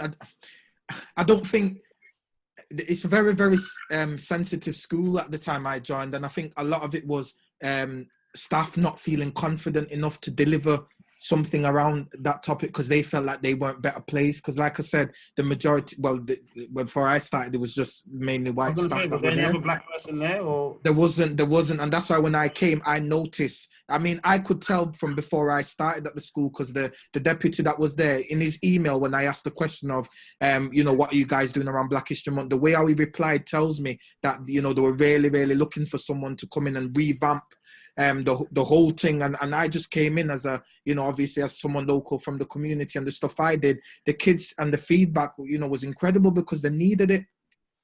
I mean, let me just tell you quickly that the reason why I think I'm so like educated, and the reason why I love my black stuff is from school. Like we had like two Brimley on. We had Mr. Costa, like Mr. another. DaCosta? They make King DaCosta. I'm telling you, people don't sleep on education. If you have that one black teacher, I'm telling you, it can give you that, and they see you, like they actually see you. This can be life changing. So, and you know what? If you're not called Miss Grant, if you're not called Miss Grant, our RE teacher, don't call Miss Grant. But yeah, sorry. No, I was gonna say, do you know what, Ivy? And I am seeing the change. Like I said, to go in there as a black leader, I'm leading assemblies on a weekly basis where students are seeing that it's inspiring them, and that's what they needed. They weren't seeing anything like that. They just felt like the school were just against black people and weren't really, doing much. Whereas I've come in and kind of revamp and change the whole thing. When I changed the whole thing, when I said that the kids now, if you're to do a survey compared to before and now, you'd see the difference they'd say in terms of how much they feel valued at the school. They felt like the Black History Month that happened was the best they've had. You see them. Like, if you think about it, even with what's going on now, they see you and they're like, he gets it. Do you know what I mean? Like, he sees all of a sudden have a conversation about what's happening, yeah? If you're just around white people 24/7 and that can make you feel a certain type of way. The confidence to talk back to your organisation and be like, deal with what's happening. If there's like one other black person that's there, you got like, well, that's what we did in my organisation. We all grouped together like, these people ain't addressed it, we're all gonna address it. And we held them accountable because there's power in that. There's power in our unity. So I think it's so powerful, and I just commend you for even being in that space. Thank you very much, guys, for that. Rhys, you were saying a point. I think it would be good to change the education system, or at least the way that it's taught. I mean, I remember from when I was at school, the only black history I was taught was Kunta Kinte and the slave trade. I think more positive history involving black people does need to be taught. And I also think it needs to be incorporated in a way where they're not making it a black thing. Like, I just think it should just be taught normally. Like, you could just go to a history class. It shouldn't be isolated. It shouldn't be isolated. Like, I'm not really, like, I'm a fan of Black History Month in the sense of celebration, but I'm not a fan of it in the sense of it's like we have to focus in that month on it. I feel it should be a constant all year round thing. Yeah. And that may be one way to kind of start making, I don't want to say more normal, but kind of normalizing. Yeah, I don't know, man. By isolating Black history from other history, it kind of isolates Black people from other people. I get that. Yeah. Yes. So that's real, Rhys. I get that. Yeah, it's perfect view. Thanks for that, Rhys. Can I just go on? Come on. No, I was just going to say, Rhys, good point. I think what I'm going to say to you is, when I said we're looking at revamping a lot of stuff with the school, we're not just looking at when it's Black History Month, we're just going to celebrate black people then, and we're going to forget, and the rest of the school continues. What I'm saying is, since even the Black Lives Matter movement, the school has now had to look at even English literature, looking at black literature. So these are the conversations that are happening in school since all of this as well. Even on our Twitter, we've been promoting more black people in the local community, who are role models, who are doing great work. And, so there's been a lot of other work that's been happening within the schools now since all of this. So change, I believe positively that change is coming. And there's a lot of good work now happening in the schools where they know now that, look, enough is enough now. This curriculum needs changing. Thank you very much for that. It's powerful, man. So go on, Amirah. You should finish off. Because I went to school in Ireland, and then I came to school here in the UK. And living in Liverpool, there's a place, I don't know if you guys know about it, it's called the Wirral. So it's predominantly, it's predominantly white, and like ever since I've been, like, every secondary school I've always been in is, like, I really never learned, or we never celebrated Black History Month. A lot of us didn't do anything in regards to, we only had Multicultural Day, and that's when everyone would bring in, like, their own bits and bobs and stuff like that. But we never ever had, and like, even now, my sister, with her school that she's going to, they don't do anything to focus on Black people. So I don't know if there's a way that, like, Kemoy, you could think of doing something where you could bring, like, a teacher union, because I know that they have teacher unions where teachers, like, come together and they protest, like, the pay rise and stuff like that. But I think it would be amazing to have, like, a Black teacher union where they could, like, contact teachers within other schools and see how they can implement or bring it. It might not even need to be just for Black people, but like a cultural teacher union where they could educate or bring in Black History Month into different secondary school, primary schools and stuff like that. Because a lot of people or students who are in secondary school or who go to primary school or even in college, they actually don't experience anything in regards to, like, Black history or stuff like that. But I think it would be good to have something like that they could all come together, list out the changes in whatever school that they teach in, and see how they could implement it in that school to cause change for Black people. Like, I went to before moving to London, I was attending University of Chester, and while I was there, there was a Black community and we did have Black people, but they were too afraid to go to, like, I think it's we call it SU, but that's like the student voice. Like, some of them were scared to go and speak about what was going on within school in regards to racism and stuff like that to the actual student union, because they were afraid of the backlash that they would get, because they were thinking that a lot of their Black friends or Black people wouldn't stand behind them to go support when they spoke about it. Like, even when this Black Lives Matter movement happened, they created a group chat, and I still speak to some of them, and they put me in the group chat, and they were talking about how they're going to do so and so and to help them. But even when they were talking, like, this is what we want to do, this is our plan, a lot of the Black people were not with it. There wasn't any unity to support the change that they wanted to bring into the university. So I feel like with everything that we've been talking about unity, and I feel like a lot of us need to be able to unify in those areas. Like, I know Manchester's a really cultural city, so is London, Birmingham, but Liverpool, Wirral, Chester, all these kind of areas, a lot of them, there's not enough culture for, and even if there is culture, a lot of us don't back each other up to actually make these changes. And I know some of them emailed the school like, oh, there's been racism happening, stuff like that. Instead of the schools to look into it, they've wrote an email saying, oh, we'll look at this and that, and then they've never heard back from them, and they've just left it. But like we were meant to do ACS and the African Society and Caribbean Society, but we were afraid to do that because was the school going to fund us?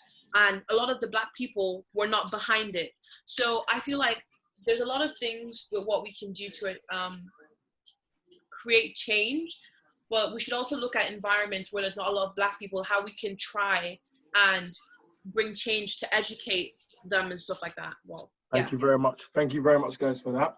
And so, yeah, everybody's points you can hear it, this section here was about tangible solutions. And, I think the overriding agreement was that resource funding is needed. And so if you are in a position where you can implement change or start to implement change, then those discussions need to be had. So thank you for that, guys.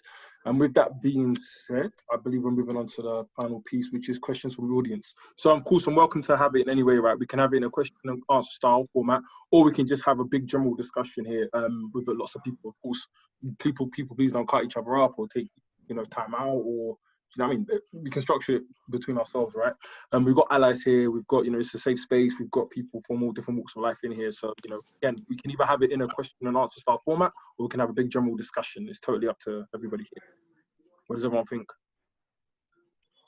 I think it'd be great to hear, because I think the chat's been really good, the future for people to so we can have it out in the open. So let's make a big general discussion out. So everybody here is welcome to turn their mics on now if they want to get involved in a big general discussion now. For those that don't want to, that's fine. Just put your question in the chat section and someone can bring it up. But yeah, the floor's open now for everybody. Ivan, can I ask a question? Of course you can. Can I just first of all say thank you to everyone that's kind of got involved and put this platform out there for people like me to get involved.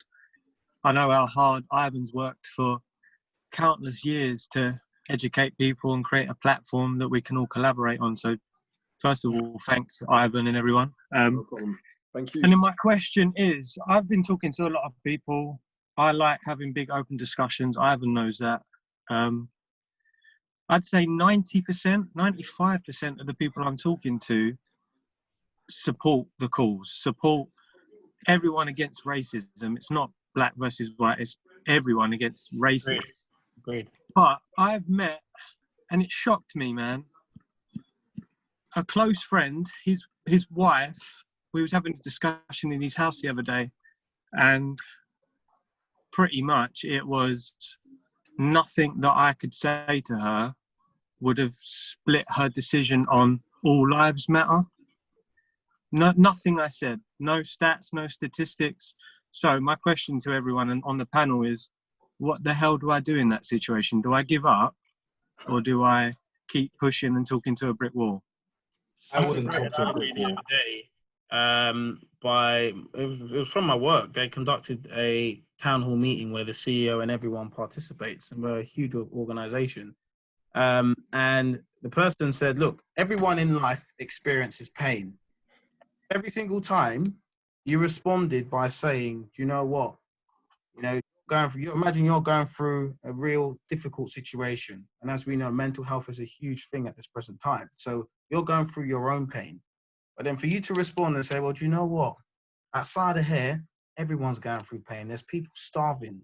There's people having bombs, you know, hitting their houses and stuff like that. How would that make your pain feel? You know, are you just meant to ignore the fact that you're going through pain and allow your mental health to get even worse and worse and worse? I only combat those particular ignorant responses with an analogy so that people get a better understanding. Another one could simply be every demographic has its own downfall or has a view on it. So, for example, safeguarding, as Kemoy would know, it was introduced for the protection of children. So that means, you know, it might be because of their age, it might be because of their gender. So it doesn't mean to say, oh, so what, all ages don't matter, or what, all children of just that particular age matter. It's the fact that that particular demographic, like people with disabilities, that's why there's accessibility, such as lifts, ramps, you know, hearing aid pieces. When you go to a bank, are there to be able to assist that demographic that is facing more challenges than any other. So personally, I mean, if they can't get that, then they are purposely wanting to be ignorant to that situation, because I guarantee you there will be something that they feel is really important to them. That could be the fact that they're a woman, and women not in positions of power in big organizations. That's a big thing. You know, that's a real big thing, and that's not a woman problem. That's everyone's problem. You understand what I'm saying? So the fact that we don't have enough women in powerful places, you know, what's the response to that? Oh, all genders don't matter. Then you just got to focus on women.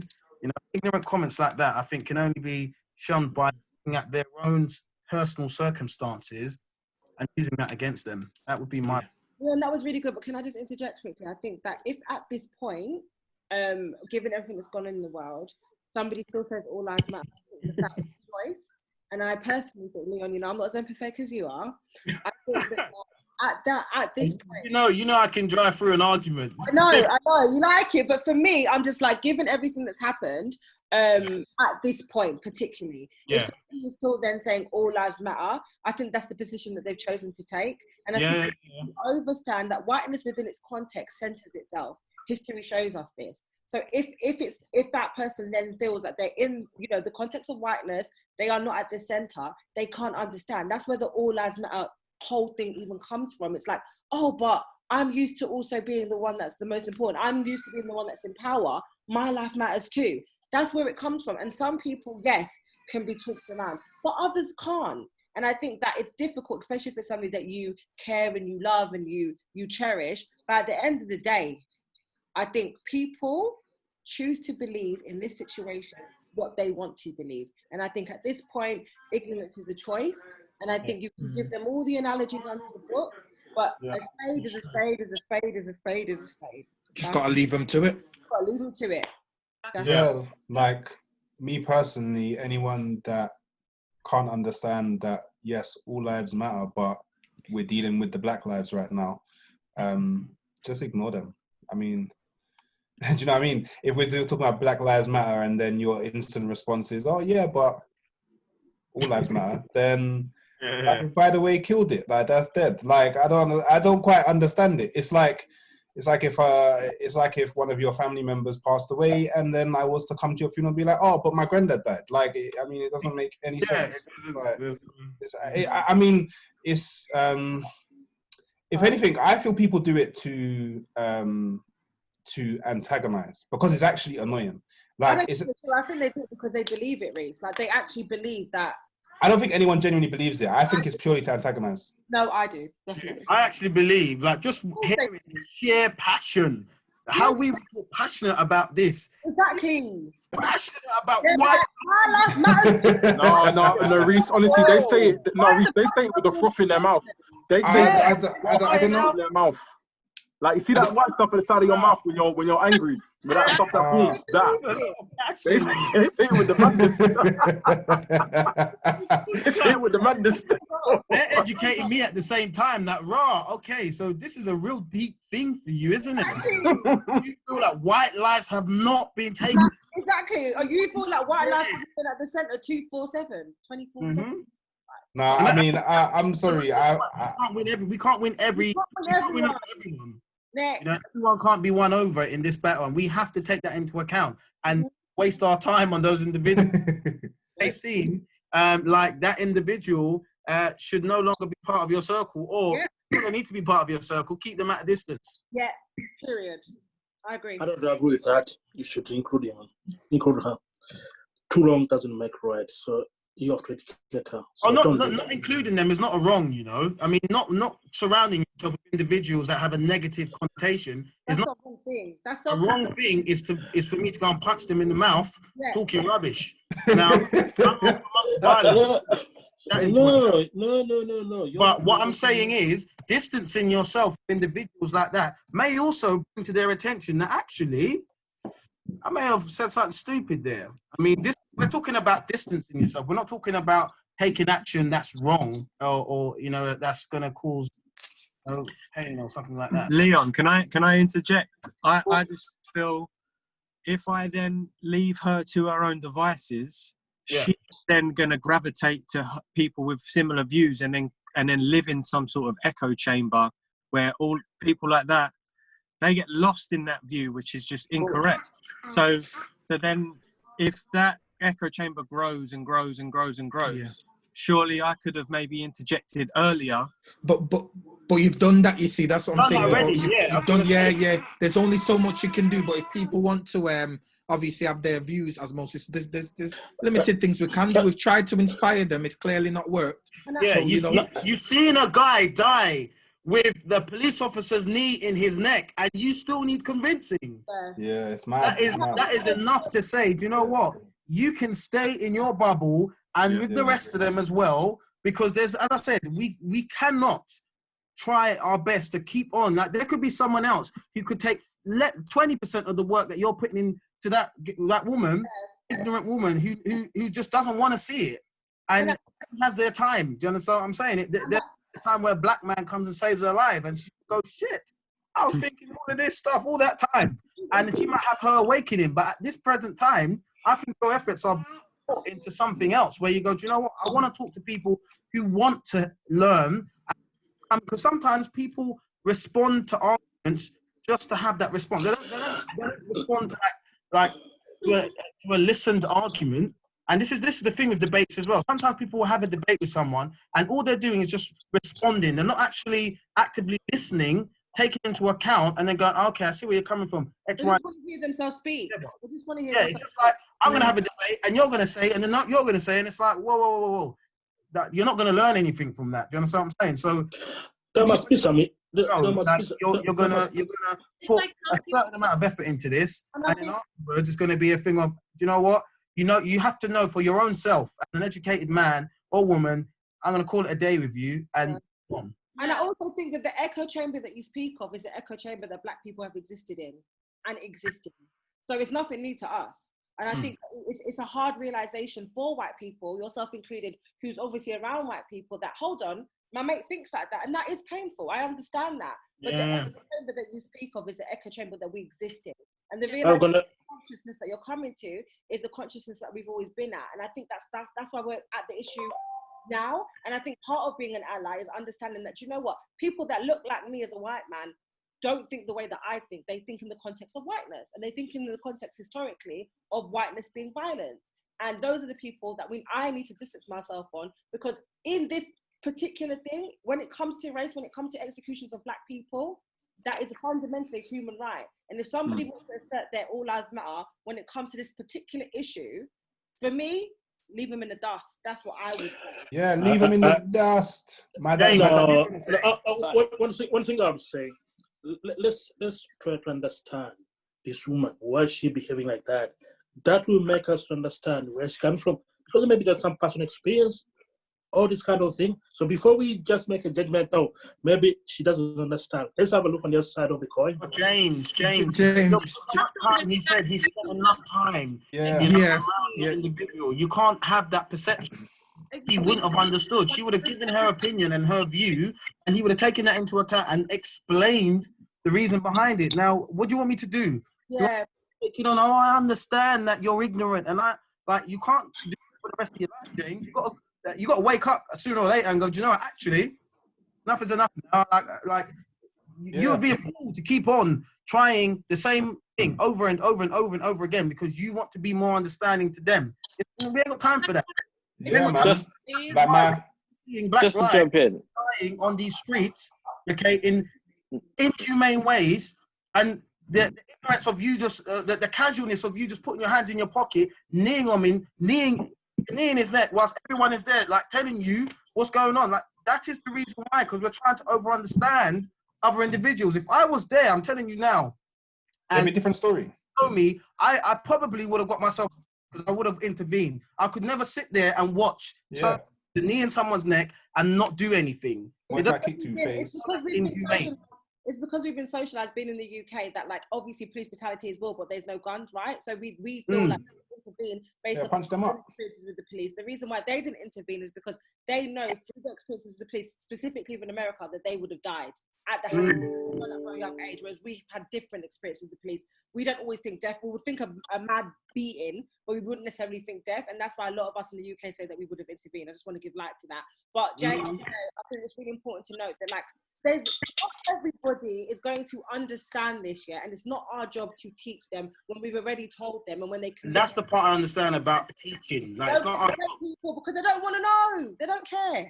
Yeah, like, you know what? No, just to jump in, I think, like, personally, I'd rather the person that tells me they're a racist right there and then I know. I think, like, over the past 2 weeks, there's been white friends I'd expect to say something about Black Lives Matter have said nothing, and I don't know if they're racist or they're just afraid.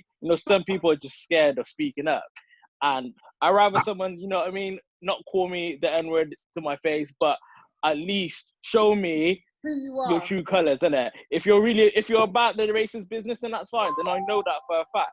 But, like, the ones that are underground, the closet racists, that's the ones I can't stand. The ones that will sit next to you in a barbecue, not say nothing, but make you get rushed outside by police. They're looking the other way. See what I mean? Like, I rather the racist that's barefaced, personally, anyway. I agree.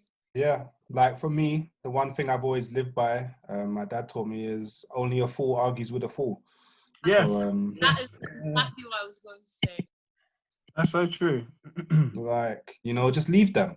Yeah. Like, it's not for them. Like, not everybody will receive the information, and that's fine. Don't waste your time on trying to educate people that will just never get it. Spend your time speaking with people and collaborating with people who do, because that's where the change will come. Like, just leave them. Get yourself worked up doing that. Do you know what I mean? You get yourself worked up doing that. Yeah, no, I've done it so many times in the past. It's a lot of energy.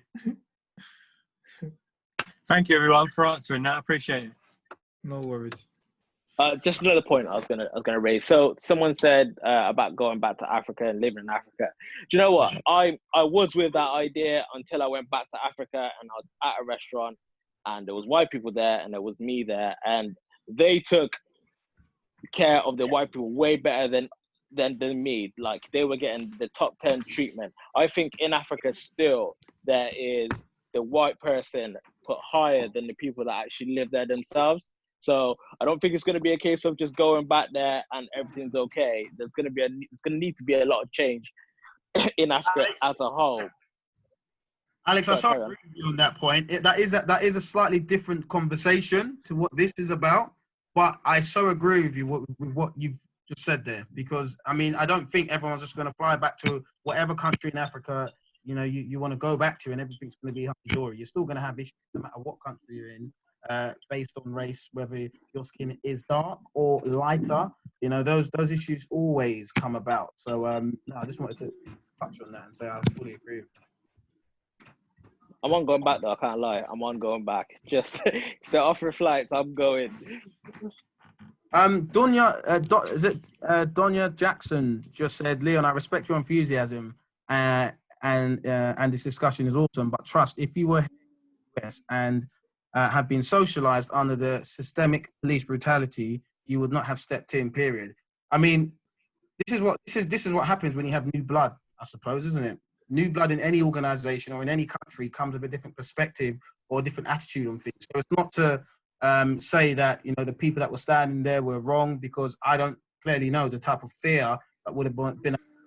But I know for my own self, when I see things going on around me where people don't, stand, speak or take action, I generally am the person to do that. I confronted the mayor of London whilst everyone thought it was okay to watch him do a publicity stunt with the brooms, and that got shown all over in America, actually. It was CNN News that picked up on that footage initially.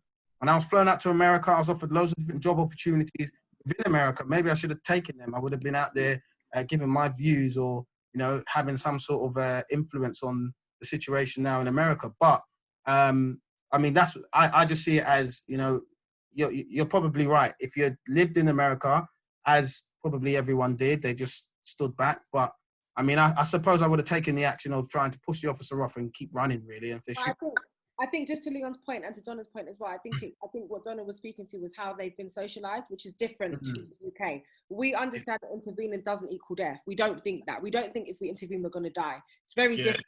And the way that people in America are socialized, especially at the hands of we don't have that fear in the UK. If they do intervene, that equals death.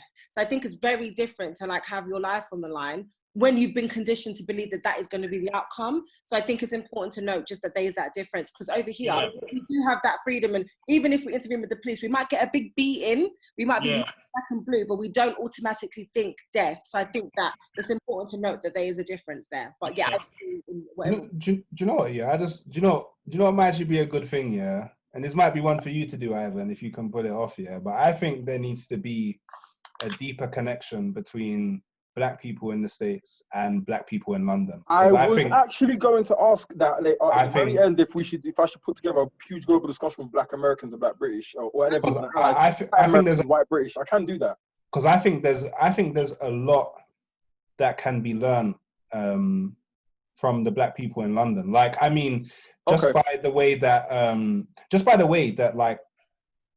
Rhys, if everybody in the group, if everybody in the group chat can say yes, please, yes, then let me know the idea. If everyone got back that, I'll look to do that within the next month. Because I don't know, man. I feel like just through this time, I feel I've been able to cope a bit more through this time because the Black friends that I have, that I surround myself with, they're all levels. They're just all levels. Their minds are in the right place. On this issue, everyone is just levels. So I don't know. I feel that Black Americans would benefit a lot from asking questions. Then I want to make sure. Hey, you guys. This is How you guys? The biggest chat in Zoom. Hey, Donna. I was hoping you would come on. Oh, hey, Donna. Sorry. I had to get my headphone. Listen, I am enjoying this immensely, and Donna, can you say where you're based? Yeah, Donna, where you from? Yeah, I'm in North Carolina. Hey, MC, Jordan's coming back. No, I'm sorry, John. Sorry. And I was invited. I don't even know. I have to look back and see who invited me, but I got it through my company. And for some reason, I thought that some folks from my company were going to be on here. It's me, But Donna. I'm at Cisco. Ivan? Yeah. Oh, I didn't know that was you. Hey. Oh, yeah. Hey, Donna. Okay, I got it, Ivan, and I said I am intrigued because I wanted to hear from my UK folks. I am loving this discussion, and Leon, I wasn't trying to come for you. No, I didn't take it that way. Donna, let's set something up in the CBP group to get this done then. Yes, I love this. This is so amazing. Donna, I hope you're okay over there, man. It's just that we send our I love you guys, honestly. Yeah, it's crazy. It comes in waves, you guys, and I'm sure for you too. That some days I'm okay, and then I'll see something, or I try to limit my exposure to social media and the news because it's just so negative. But I am just so excited to be a part of this group. And Ivan, I love you. We got to do this. We got to do this. I am enjoying this. Definitely, Donna. What we can do then, now that you've had your back, and I know you're quite popular in the CBP group, we can then hopefully, if you can help me put this together, we can get the Americans linked up in a certain time. I'll get the Black British, and then we can put it together. Yes. That's cool. Yeah, we can do that. Excellent. Yeah, no, it's gonna be a big one. The link up could be quite mad. And I think that we can learn from both Americans, and we can also learn from Americans. Exactly. The way in which you guys have rallied together and protested in every single state, to me, it's admirable. Like, I think it's amazing. And I'm sure there's so many opposing, like there's opposition for them, and it didn't look like they were swayed or scared away or said they were going to cancel the Black Lives Matter movement. Yeah. Did you hear anything like that, Donna? Just out of curiosity. That they were going to cancel it? No. Did you hear of like the opposition, for example? So the white light, KKK or the KKK. Did they ever come and it got cancelled, or did anything like that ever happen? Well, so here's the thing: is that Trump has empowered these folks to, and what we say over here is he has empowered them to take off their hoods. Okay, so before you kind of knew that the racist guy behind the Ku Klux Klan hood was your neighbor. You kind of knew it because you know voices, right? But because their faces were covered, you obviously couldn't identify them specifically. Well, he has empowered this evil, program that he's got going. And so these people now, they no longer feel the need to be cloaked.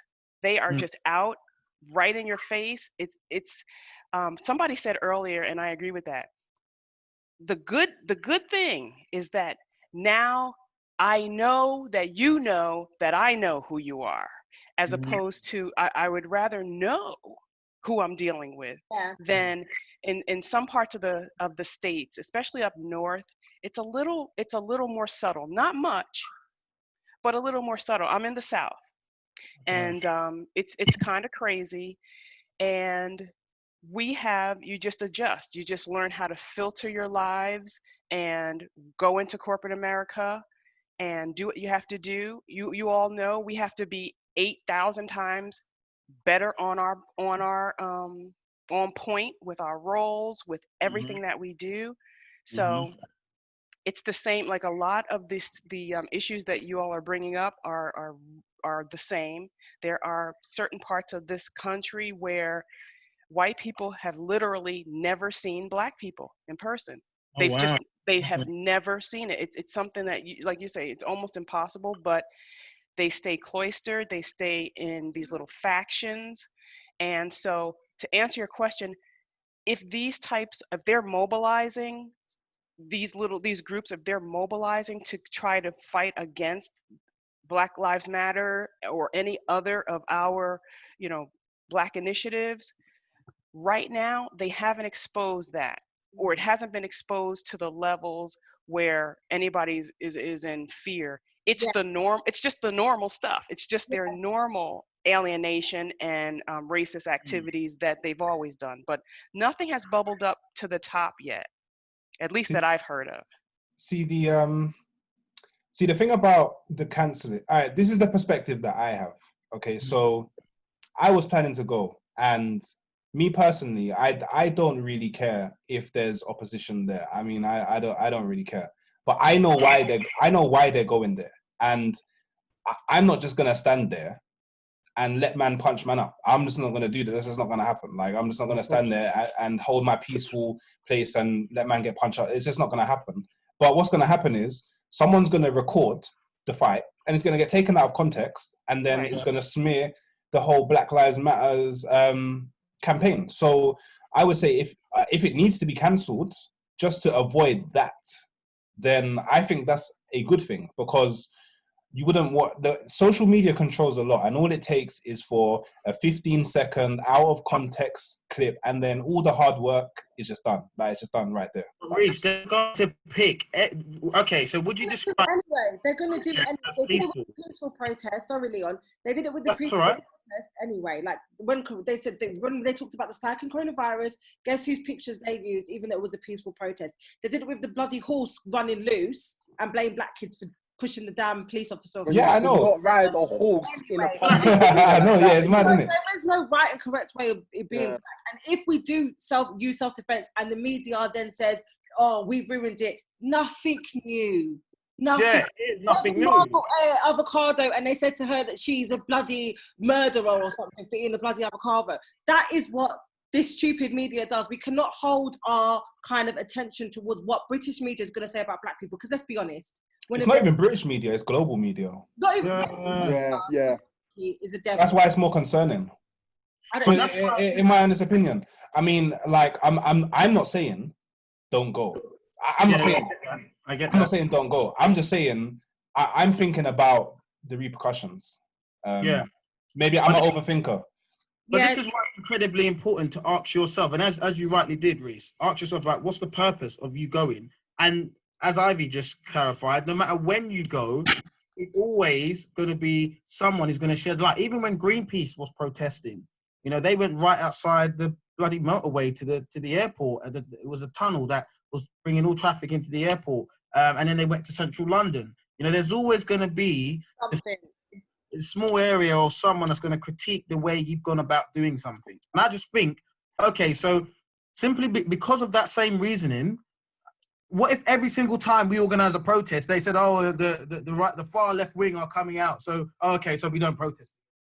And then afterwards, the next one comes up, oh, okay, they're coming again, oh, well, we don't protest. Then we will never succeed in our message out, because we are being derailed by small individuals who are coming out. This same man, and we're not going to promote his name, but this same man has now come out again and said, oh, you know, my comments were a bit overzealous, and I sort of got a bit ahead of myself, and no, I won't be coming to London. So this man ain't coming to London no more. So what? On it now? I mean, my thing is, if you were going to protest to support the Black Lives Matter movement, you don't need someone to tell you otherwise. Yeah. Yeah. No, I hear that. But Rhys, one thing I want to just say is that if you know your own temperament, right? One of the things we need to do, and I appreciate the way you guys have been engaging, is we need to use wisdom, right? Mm-hmm. We need to use wisdom and move in wisdom, right? And so we all appreciate the enthusiasm and everything behind this, but we don't want you to put yourself in harm's way. Yeah, of course. Because you know you're gonna be fired up. You already know it before you leave the house, right? So do not put yourself in harm's way. We would feel so terrible that you all came over to help us and then got harmed. That would be terrible. Like I would not want to hear that. And so these people are looking for any reason. And guess what? They don't even need a reason, as you can see. They don't need a reason to kill us. No. They don't need a reason. So we don't want to give them a reason. And we've been seeing that a lot of the looters and the rioters are white people. Yeah. Because they're there to spark the craziness and to make it look like it was us. So I hear you. I appreciate you, my brother, but we need to use wisdom. We need to move accordingly. Yes, and we need, definitely with a goal in mind, something cohesive and powerful, right? So if you can get all of that out of you before you go, that's good. But remember, you know yourself better than anybody else. You know if this is going to just set you off, and it probably will. We over here, unfortunately, we are used to it, which is a terrible state to be in, but we're actually used to it. And that's why when Osmosis said what he said, I said, don't be surprised. Yeah. You can't be surprised. And we're not surprised, right? Everybody else around us is surprised. White people are so surprised. They're like, I'm shocked. Oh, are you kidding? No, all day, every day, like you said, Ivy, 24/7. This is Our existence. Yeah. It's our existence. It's our existence. Thank you, guys. We've got about 10 minutes left, so just so you know. Have we got any other questions? Yeah. We've got 10 minutes left, so people get your I questions in. actually have a question. I had a discussion with some of my friends, and it kind of got really heated, and I want to know everyone's opinion on this subject, because ever since like the Black Lives Movement been happening, my little sister came to me, and she was like, some of her friends were like attacking, because I don't know if you guys saw that Instagram post of when I think people were posting like, oh, I'm a Black woman or I'm a Black man, and this Yeah. and they were tagging like some of their friends. And my little sister came up to me and she was like, Amirah, some of my friends tagged me in it, but I'm scared to post my picture and tag because we're of mixed heritage. So she was like, I'm afraid to post it back because a lot of my friends were saying that like during slavery time or like during like when things were happening, that I was in the house and I never experienced what Black people went through. So that I go through light skin privilege. So I wanted to know like what your opinion was on like, because we had a group conversation and they were saying that light skin privilege is a thing that if you go into the workplace and there's a Black girl or there's a light skinned girl, they're more likely to take the light skinned girl, or if this so and so happens, they're more likely to favor the light skinned person more than the Black skinned person. And I was trying my best to change that person's mindset on it. It's not I just personally, I don't think light skin, it is a thing, and I'll acknowledge that, but I don't think it's something that we're all, at the end of the day, if I'm even though I'm light skinned and I'm half Black and half white, I'm still a Black person. I still think that I still classify myself as Black because I grew up in a Nigerian home, and I'm more accustomed to African heritage than I am to growing up with like white people, because obviously I didn't grow up with my father and he wasn't really in the picture. So when they were arguing and everything, I just left it because I couldn't argue with them anymore. But I just wanted to know everyone's opinion on if you think... I'm so happy you touched on that, because as you can see, this is my daughter here. She's she's beautiful. Thank you. So Sienna, my fiance's background is Nigerian and Greek. Yeah. So Athena's mixed race, and then you've got Sienna here with myself, who's a full Caribbean man. Now, I'm aware that colorism is a thing, and it is something that people face. And there is cases where, especially in countries like in Asia, for example, and in Africa itself, bleaching takes place. In India in particular, the lighter you are, the more beautiful it said you are to be. So I know it's a thing. I personally am not experienced enough, and I'm sure Ivy will come in very shortly. We talked on this before, and this has been something that I've sort of thought to myself, especially with my daughter. You know, the fact that, as you can see, she's a lighter skinned Black, but she has more Black in her than Greek because of myself. So it's a really important issue.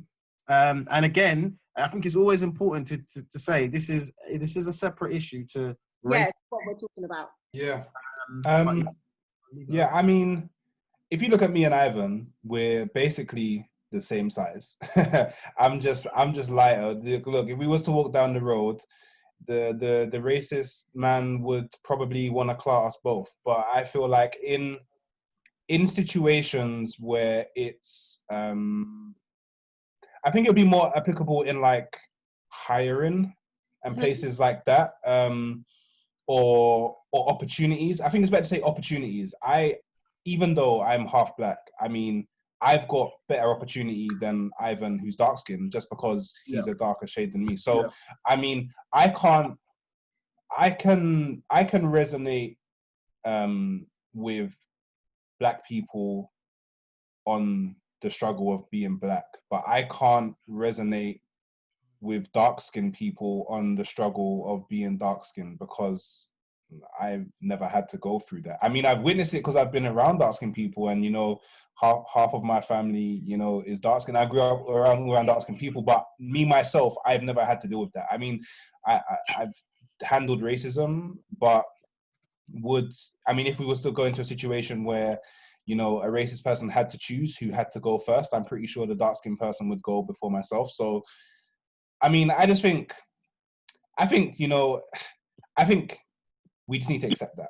I just think that's something that just needs to be accepted. I agree, Rhys. It is a privilege. Yeah, I mean, I wouldn't go as far to say as it's a privilege, but I would say I'm definitely better off. It's a privilege because if you look at it, just take away emotions and feelings, everything. Your proximity to whiteness is based on how you are looked at and perceived by the world. So the closer that you are to whiteness, the easier things are for you. I think where you are from whiteness, the harder it is for you. So the darker you are, the harder things are for you, which is why when we talk about black women going through things, we always understand darker skin women, and even women darker than myself.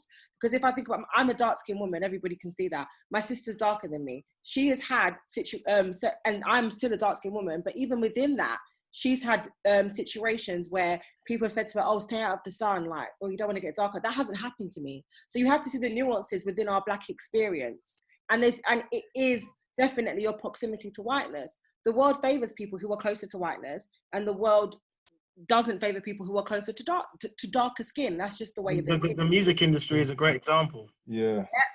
A great example. And even hiring, I know people's attitudes towards specifically lighter skinned women. I don't really, when I speak about men, I don't know 100%, but I know specifically with lighter skinned women, they are favored. And I think it's not something that you have to, and I understand that might be difficult for lighter skinned women because they feel like, oh, I'm black, I don't have that privilege, but it's evident.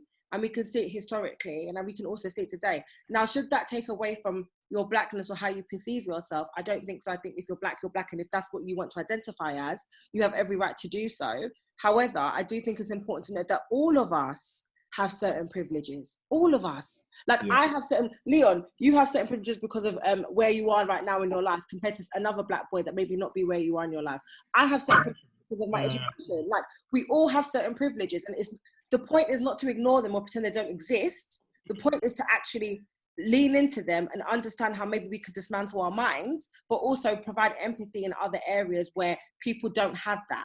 And I think that is the point. It's not to be offended or feel like, oh, but I think it's important to lean into those privileges or things that kind of set you a little bit above and be like, okay, how can I use 5 minutes, guys? One thing that is kind of a concern of mine is, I understand all of that, and I agree with all of that. And I understand the privilege that I have, and people a bit darker than me have, and the people a lot lighter than me have. The one thing that I think is a bit dangerous is to generalize. So now, like, from generally speaking, all of this, yes, like, it's just a fact, generally speaking.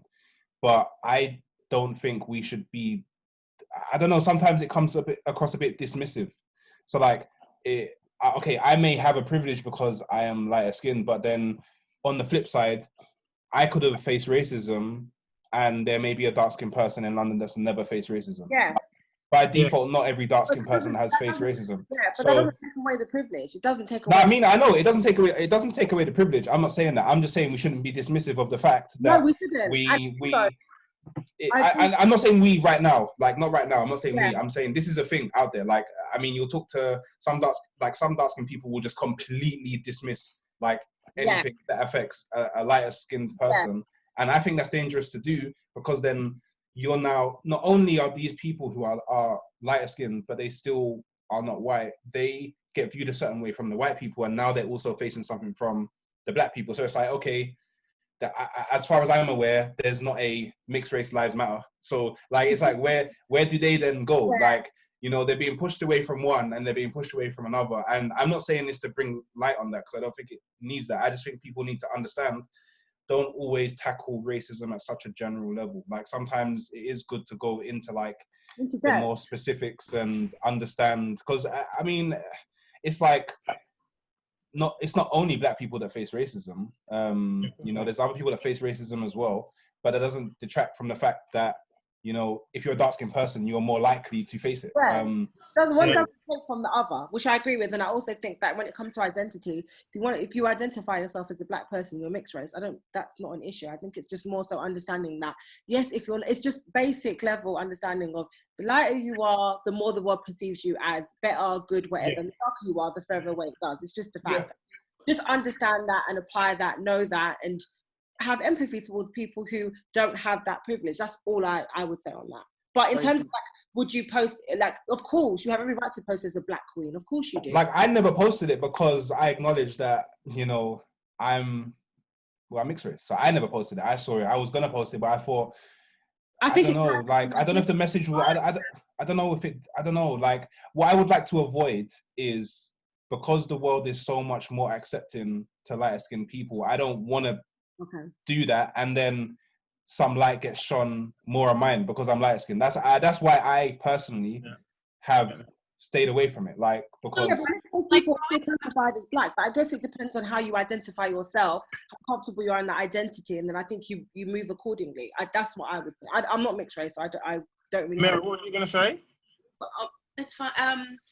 Like, growing up around a lot of the reason I didn't post it when I was tagged, and like, I just stated, and it was kind of what Rhys is as well, what he said, but also because, like, growing like in Liverpool and certain parts of it, they literally said some African people would come up to me, or like black people would come up to me, and they would be like, "Oh, you're not black because I'm with you because you're this, you're light, you don't know African culture, you're not aware of this, or you are." And it's not also like with my boyfriend, he's half Caribbean and half Israeli, and he's also light skinned as well. But one thing with him is that people see him and they're just like, "You're white." Like, some black people won't even accept him as a black person, or they would just dismiss him. So that's why I didn't post it, because I didn't want to be in a situation where it'd be a thing where people would be commenting on my stuff and be like, "Oh, but this and that, or this and that," and have like a big massive debate with different people's opinions. But yeah, I agree with what everyone's saying, and I think Amirah, I think it's through experience you become confident within your own identity. Yeah. You get to a place, right, where you can start to sieve out or filter out individuals that are ignorant versus individuals that are very understanding. And these ignorant people come in different forms. They come in different colors: black, white, light skin. It's not because one's black they have the level of understanding that you would have. And that's why I say it's not down to your age, it's down to like your experience of like dealing with this problem. And I think you're in the best setting right now to be able to get to that level of confidence where you identify as what you identify as. No, I identify as black. I don't identify as anything else. I identify as a black African woman. That's my identity, and I tell that to every person that I've met, to everyone that I've spoken to, regardless of what they've said to me. I've always identified like that because I've grown up in that environment, and that's how my mom raised me. She didn't raise me as anything else. She raised me as a black African Nigerian woman. So if that's, do you know what? The reason why I understand you, because you're like Athena, my partner. So Athena is similar complexion to yourself, but she was brought up in a Nigerian household. Yeah. And Athena's mum is a dark-skinned black woman, you know, and you would never, if you were to just look at them, one of the, you know, you wouldn't say that that's her mum, but you know, that's just based on one's sort of, you know, the perception. And perception. But as I say, it comes down to when you feel confident within your own identity. As I said, you have to be able to filter out, okay, well, there's an ignorant black person. Black people can be ignorant. Like, there's no way that anyone could say that just because of one's color, they fully understand the implications you know, that impact every other, you know, lighter shaded color, all the way down to, you know, white people being racist. There are some black people out there that don't even see, you know, a white man being racist right in front of them. I saw that with a video of a police officer right in front of him. It was happening. The black guy was standing right there, didn't even bite an eyelid. So sometimes I kind of feel like if the institution is racist, then buggered really, because, you know, it's already within the culture. It's already within the blood. And if that's running through you, you're sooner or later going to become blind to it. Because, you know, when they say, oh, show me your circle of friends and, you know, I can show you your future and things like that, because you become accustomed and immune to the behaviors and ways that one's treating other people, you know, you just become part of that culture. So if you're in a gang, you're sooner or later going to start selling drugs. You're sooner or later going to start... It's learned behavior, isn't it? Yeah. Yeah, it's that typical thing. So sometimes the color comes off it and you're just like, right, I'm part of the police, you're one of the bad guys, and we're going to do whatever we do, you know, we're going to be protected by the law. But sometimes what some black people in those institutions forget is that when you leave and you put that badge down, you ain't notified, you ain't being seen as how you're seen with that badge on. You're being seen as a black man. And I think that's the difference. Some don't realize. Thank you very much. You know, in youth work, we always say, like, obviously, and I just think I believe it generally as well. I don't believe no one was born racist. I do believe, though, there are 3 factors in life as to how somebody becomes racist. And I always say, you know, a lot of it could be their environment in terms of the people that they hang around with and learned behavior. A lot of it, again, is in the home, you know, in terms of when they're growing up and the parents are telling them this and that. And I do believe education has a part to play as well. Yeah, so I always say it's between them 3 factors as to how it determines, not even just how someone becomes racist, but how somebody develops, and it determines their life between those 3 factors. I think media plays a part as well. Yep. Thank you very much, guys. I think media will fit into one of them. Thank you. Sorry, guys. Is everyone, just want to make sure, because we're finishing up now, but I'd just like to personally thank everybody here for joining today. Thank you to our speakers. Thank you to Rhys. Thank you to Kemoy. Thank you to Ivy. Thank you to Leon. And thank you to Amirah. I feel like the most important thing that, you know, I wanted people to get from this discussion was a different worldly view and just kind of different thoughts and feelings, which all lead to one solution. I feel like today we've managed to really kind of allow our allies to understand our thoughts and feelings and things that we can do. I definitely feel like everyone today, you know, the feelings weren't as raw as it maybe if I would have done this a couple of weeks ago. And I feel like that's been really good, just so that we're able to really clarify what's been going on. I'd like to thank, obviously, all you guys for taking your time out now for the last 2-3 hours to get this done, to be here. I really appreciate that. So, and also, Rhys, based on your recommendation, so I will catch up with Donna and we will look to see if we can get a global American call done with our American. Shout me. I've got family in America. They might be interested in jumping on a call. But the only hitch which will work out is the timing difference, right? Because again, it depends whatever state they're in. Hours are behind, isn't it? Oh yeah, shit. They're in Dallas. Yeah, so we'll need to work that out. But with that being said, this was hosted by Spiela, Spiela.co.uk. So for those who are interested and want to find out, those that are new to Spiela, please follow us on socials. Please register to Spiela.co.uk. Those that registered to it, you're now a member of our community, and you've now entered our competition where we're giving away Amazon vouchers for those who contribute onto the website. So we'll be putting all correspondence and everything there in relation to the next event on Spiela.co.uk. So please follow us on Instagram. Please register to Spiela.co.uk if you want to keep up with all the global talks, discussions, and kind of topics and things we've got going on. And yeah, I'd just like to thank everybody. If anybody here's got final words from the host, please do share it. Oh, just a quick one for you. Oh, go on. No, I was just going to say, obviously, you know, I extend an invitation as well to those people that if you do come to Manchester and you do want to come and obviously link up and come to the youth club, you know, for a tour. Or I'm just saying, if you're ever in Manchester, anyone, you know, you do want to come and obviously look at the community where I work and the youth club and also school as well. Like, you know, I'm always welcoming people to come and do talks and come and talk to the young people. You know, I do believe that, you know, if they need that inspiration all the time, and people, you know, I do ask that, you know, it's good that people can come and inspire them. So, you know, if anyone does come to Manchester, I'm just saying keep in touch. I'd be up for that. I don't mind coming down to Manchester, well, up to Manchester and talking to some of the youth. So yeah, if you just want to, well, you're in the group chat for this thing. So yeah, everyone put your notes and comments in the Zoom group chat now. And again, please, and again, I'm being very particular, right? Purely because of Spiela. I'm not going to post any more correspondence unless it's all on Spiela content. So please register, please follow on Instagram and the socials. That's the only place where it's going to be going. Just so everyone knows.